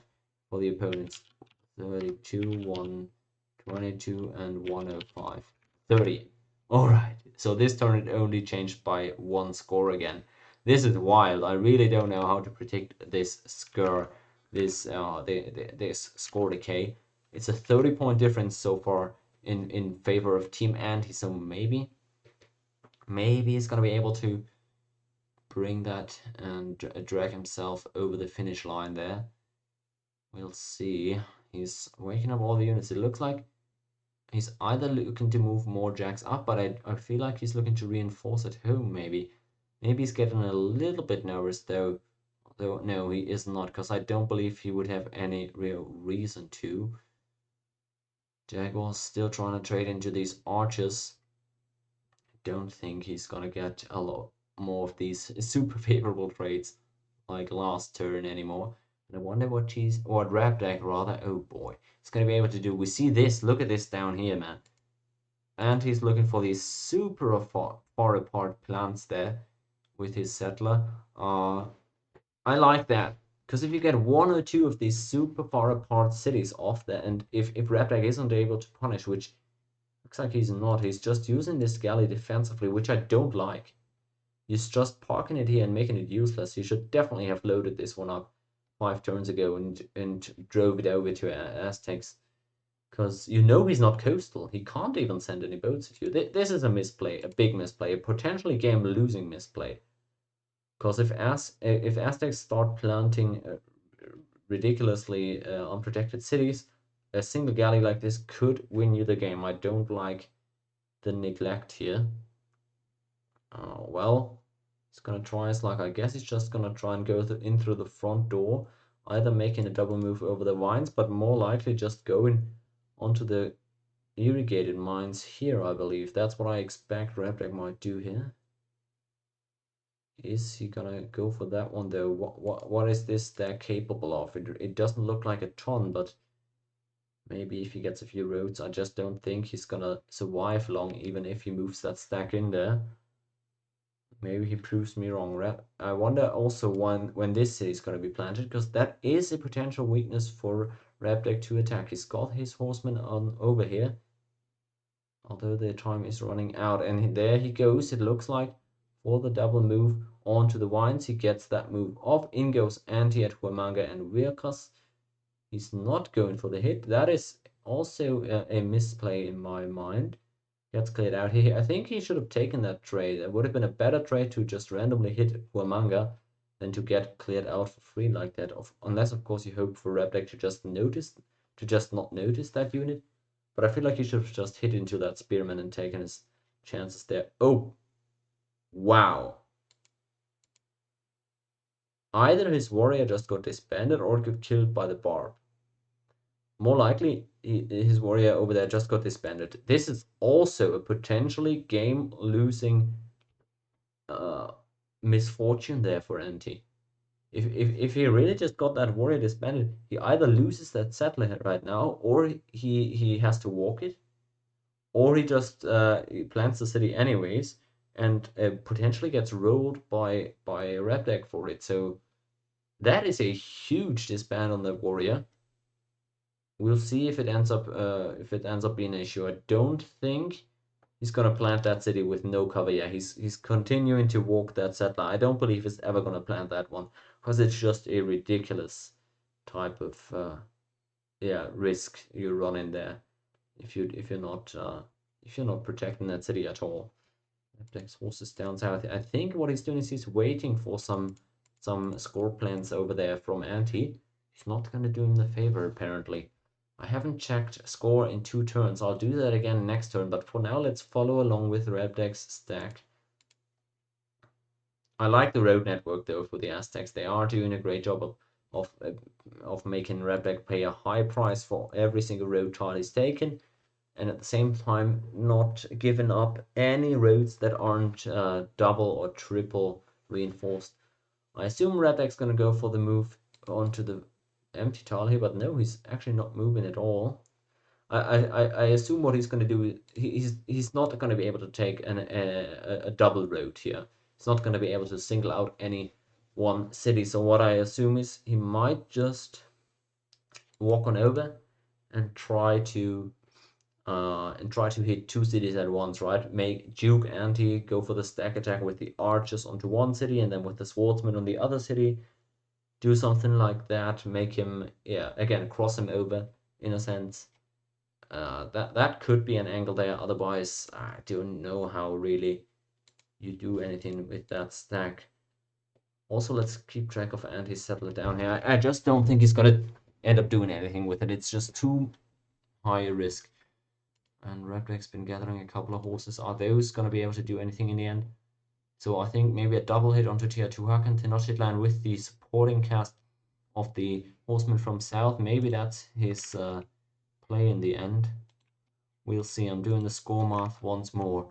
174 for the Incans, 77 Japan, 81 Egypt, and the opponents 137, 117, and 100. 22. Boy, it's 22 score gap. Wow, looks like Did Red Black settler get disbanded? I could have sworn he had 2 settlers up over here north. Did he lose one to... Maybe Anti killed one actually with that. No, I thought he didn't. In any case, I think Red Black lost a settler over there, and that also could end up being game deciding. We've got a 22 score gap right now, and it's fluctuating pretty wildly. Though it doesn't look like it's going to be necessarily enough. Red Black committing down onto Tlatelolco, it seems. In moved the horseman, so he's now committing with that stack, and he's got some time to react to it, though I assume Red Black's units are actually out of moves. In goes Red Black. He's trying to cut that road to Tlatelolco. He might get it. It's hard to tell at this point, and he's gonna keep reinforcing. And I'm not sure. Apparently, Red Black heading onto Teotihuacan at the same time. He's getting really good rolls there. But still, and he's got a couple of units left to reinforce. Wow, I didn't think it was going to be that close up north on Teotihuacan. That was a really close call. But Red Black's horses seem to be exhausted down here, and he didn't get the road.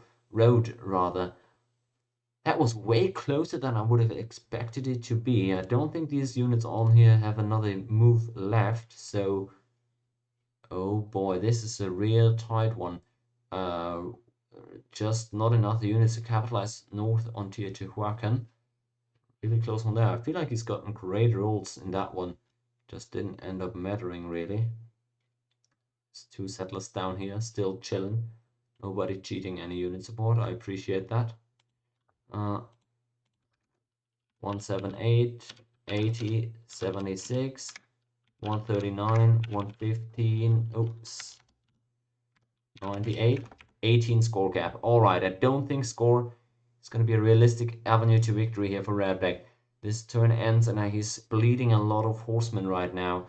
Tlatelolco's got to be the target for him, I have to feel like, but I just don't think he's going to be able to cut the road. He's just full on all inning there onto Tlatelolco, isn't he? No, for now he's just cutting the road, and he's further getting cleared out with his horsemen. A bunch of 1 HP horsemen aren't the end of the world, though. If the Aztecs don't have any Jaguar warriors to clear them out with, they provide points of pressure at other cities. Only 1 Jag left for the Aztecs. And yeah, it must be somewhere in there, but can't clear those guys out. So that's decent for Red Black. And now, well, there's 2 single tile roads that he could capitalize on if we were able to get them. It's difficult. Only has 4 turns left. So what should he actually be going for? So this is the only road that doesn't matter at all right now. Don't even know why. And he's still defending it because we only have, as Red Black moves on. Oh wow. Why are these 6 horsemen? I thought there were only 3 over here. Must have missed some. Alright, 6 1 HP horsemen aren't that bad, are they? What I was saying, however, only 4 turns left, so what Red Black can do is 1, 2, 3. He only has 3 moves left, realistically, right? Because he's already moved. Well, I guess he hasn't moved them this turn. He only has pillaged, I guess. Is he hitting onto Tlatelolco? Don't think he would be. I think it's just anti-waking up the unit there. Teotihuacan showing that low HP spearman, but I bet he's got at least a couple of units underneath there. Maybe baiting for Red Black to take that city on. Oh man. How's this one gonna pan out? What's Red Black gonna choose to do? These are the type moments that games are gonna be decided on. He's decided to go for the road down here and also apparently hitting Teotihuacan up north. Is he getting that road? It's a real tight call, but it looks like he's getting onto it. Can he secure it? He's gotten the great leader. What a joke is that? At least we now know where that last Jaguar warrior is for the Aztecs, but wow. You always get those great leaders at the most, unuseful times. Maybe he's just going to park it up here for dominance and display it in the Aztecs' face. Not going to be able to get it to any city nearby, of course, to make use of it. Oh, Lord. It is a super close affair. Now the question is, how many units are there in Tlatelolco? Did Antiquity put enough units in there? I guess we can use all the gold that we have for espionage and make our own assumption here. West Tlatelolco, I believe it is. Yes. Oh boy. Who knows if that's gonna be enough? Wow, that's hard to tell. It's not on a hill, it has walls, however. This might be killable for Redback, it might also just not be, because he's got a lot of low HP units, so that deck is deceptively big. Oh man. I'm really unsure whether or not that's enough to get a kill. I wouldn't assume so. But maybe this. He could also, of course, he's got 2 turns left, right? He could still try and go for another city. And he making the moves to reinforce the city. I like that. I would also like him hitting into the stack if he had the units, but it doesn't look like he's got enough that he feels comfortable to do that with. It looks like Redback's going all in now, though. He's moving all those units on over. And if he can get the hit off to Tlatelolco before all 3 of these spearmen at least get in there, that would be a big win. What's he gonna do? Is he gonna hit right at the start? It doesn't look like it. So he's still contemplating, considering. For now, alright, he's got the pillage off. It looks like a Jaguar warrior just went on in there. Looks like Redback's committing up north, however. This looks like a really smart decision for him. Is he going to be able to get onto the road? He is. This could potentially be enormous. His great leader is kind of being left back here. Alright, he takes him with him. He's gonna take that city with the army or not at all. This could potentially be a huge one. How many units does Anti have to distribute between these 2 units? It's between these 2 cities, excuse me. It's only 1 turn left, next turn. So he's gonna have to take that city next turn. Like it or not. Let's check the score for one last time here, everybody. 189 the Incans, 72 Japan, 77 Egypt. And on the other side, we have the Mayans for 94. We have Scandinavia 410, and we have 143 on the Aztecs 9. It's a 9 score differential. You have to assume that that settler that Redback lost on over here, that might have lost him the game. Maybe something stupid like the worker he lost down here. Bro, of course this game isn't lost by any means. Next turn could still decide everything in one or the other guy's favor. But wow. Oh boy, what I feel like you do if you're Anti here, you keep 4 or 5 units in both these cities, and all the other units you put into this middle tile. And then you just trust that you're quick enough to Control-Shift-G all of these units into the correct city at the end. Is he going to hit into the stack? This could be a huge one. Did Anti actually get that hit off? I believe he did, and this is possibly and probably game deciding. That's a lot of archers hitting into Redback's stack here. I feel like he might have been caught off guard here, and he loses the huge majority of this stack. This is completely cleared out at this point. Really nice play there from Antiquity. He kept his cool in the end, and he even gets the great leader killed. 1 turn remaining in this one. You're gonna have to count the score in the end. It was a 9 score difference last turn. Let's check it once more. We have 193, 71, 76, and on the other side 145, 108, and 93. It's a 6 score gap. So by all means of likelihood, Antiquity won this one. He's 6 score ahead, and he's only lost 3 during the last turn. But you never know what happens in score. You never know what kind of micro these guys were able to do in this last turn. It's not 100% sure. But a really nice play there in the end. Oh my lord. You never know how that decay exactly works out and whatnot but wow. This is the closest tourney game that I can remember, really. We've had a couple ones decided on small margins like this. But really, man, maybe this plan from Anti down here ends up deciding it at the end. This is a pretty big score bonus there. Let's check if he actually ends up making some score off it. Score, let's do the math here. 196 for the Incans, 70 for Japan, 74 for Egypt, and on the other side 147 for the Aztecs, 107 for Scandinavia, and 92 and it is still a 6-score gap. So, by the slimmest of margins, we finally know who wins this one, and it's Team Anti. He stalled it out until the very end. I didn't think he could win this in terms of score, but incredible here. It's a win for Team Anti. Oh my lord, what a long night, everybody. But that game, it was worth it in the end. We didn't get 100% pure gameplay, sadly, but we got a incredibly close match between two incredibly close teams. These last couple of turns, I really liked Rabdak's move onto that road, but then he needed to attack immediately start of next turn before Anti could smack into the stack. And there he got outsped.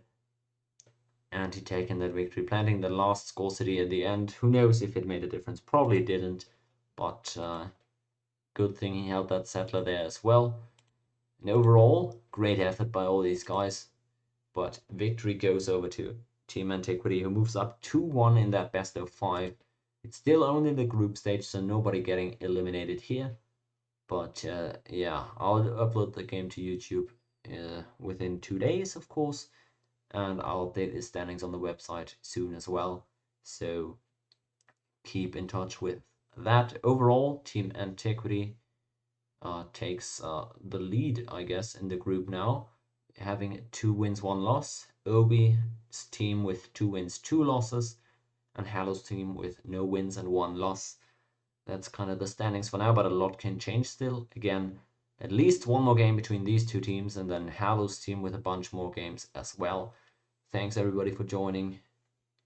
Next games are going to be played on Friday, probably 3 games on that day. So I hope to see you guys in 2 days. And yeah, please congratulate these guys on that great game they just played, because that must have been just as taxing for them as it was for us watching.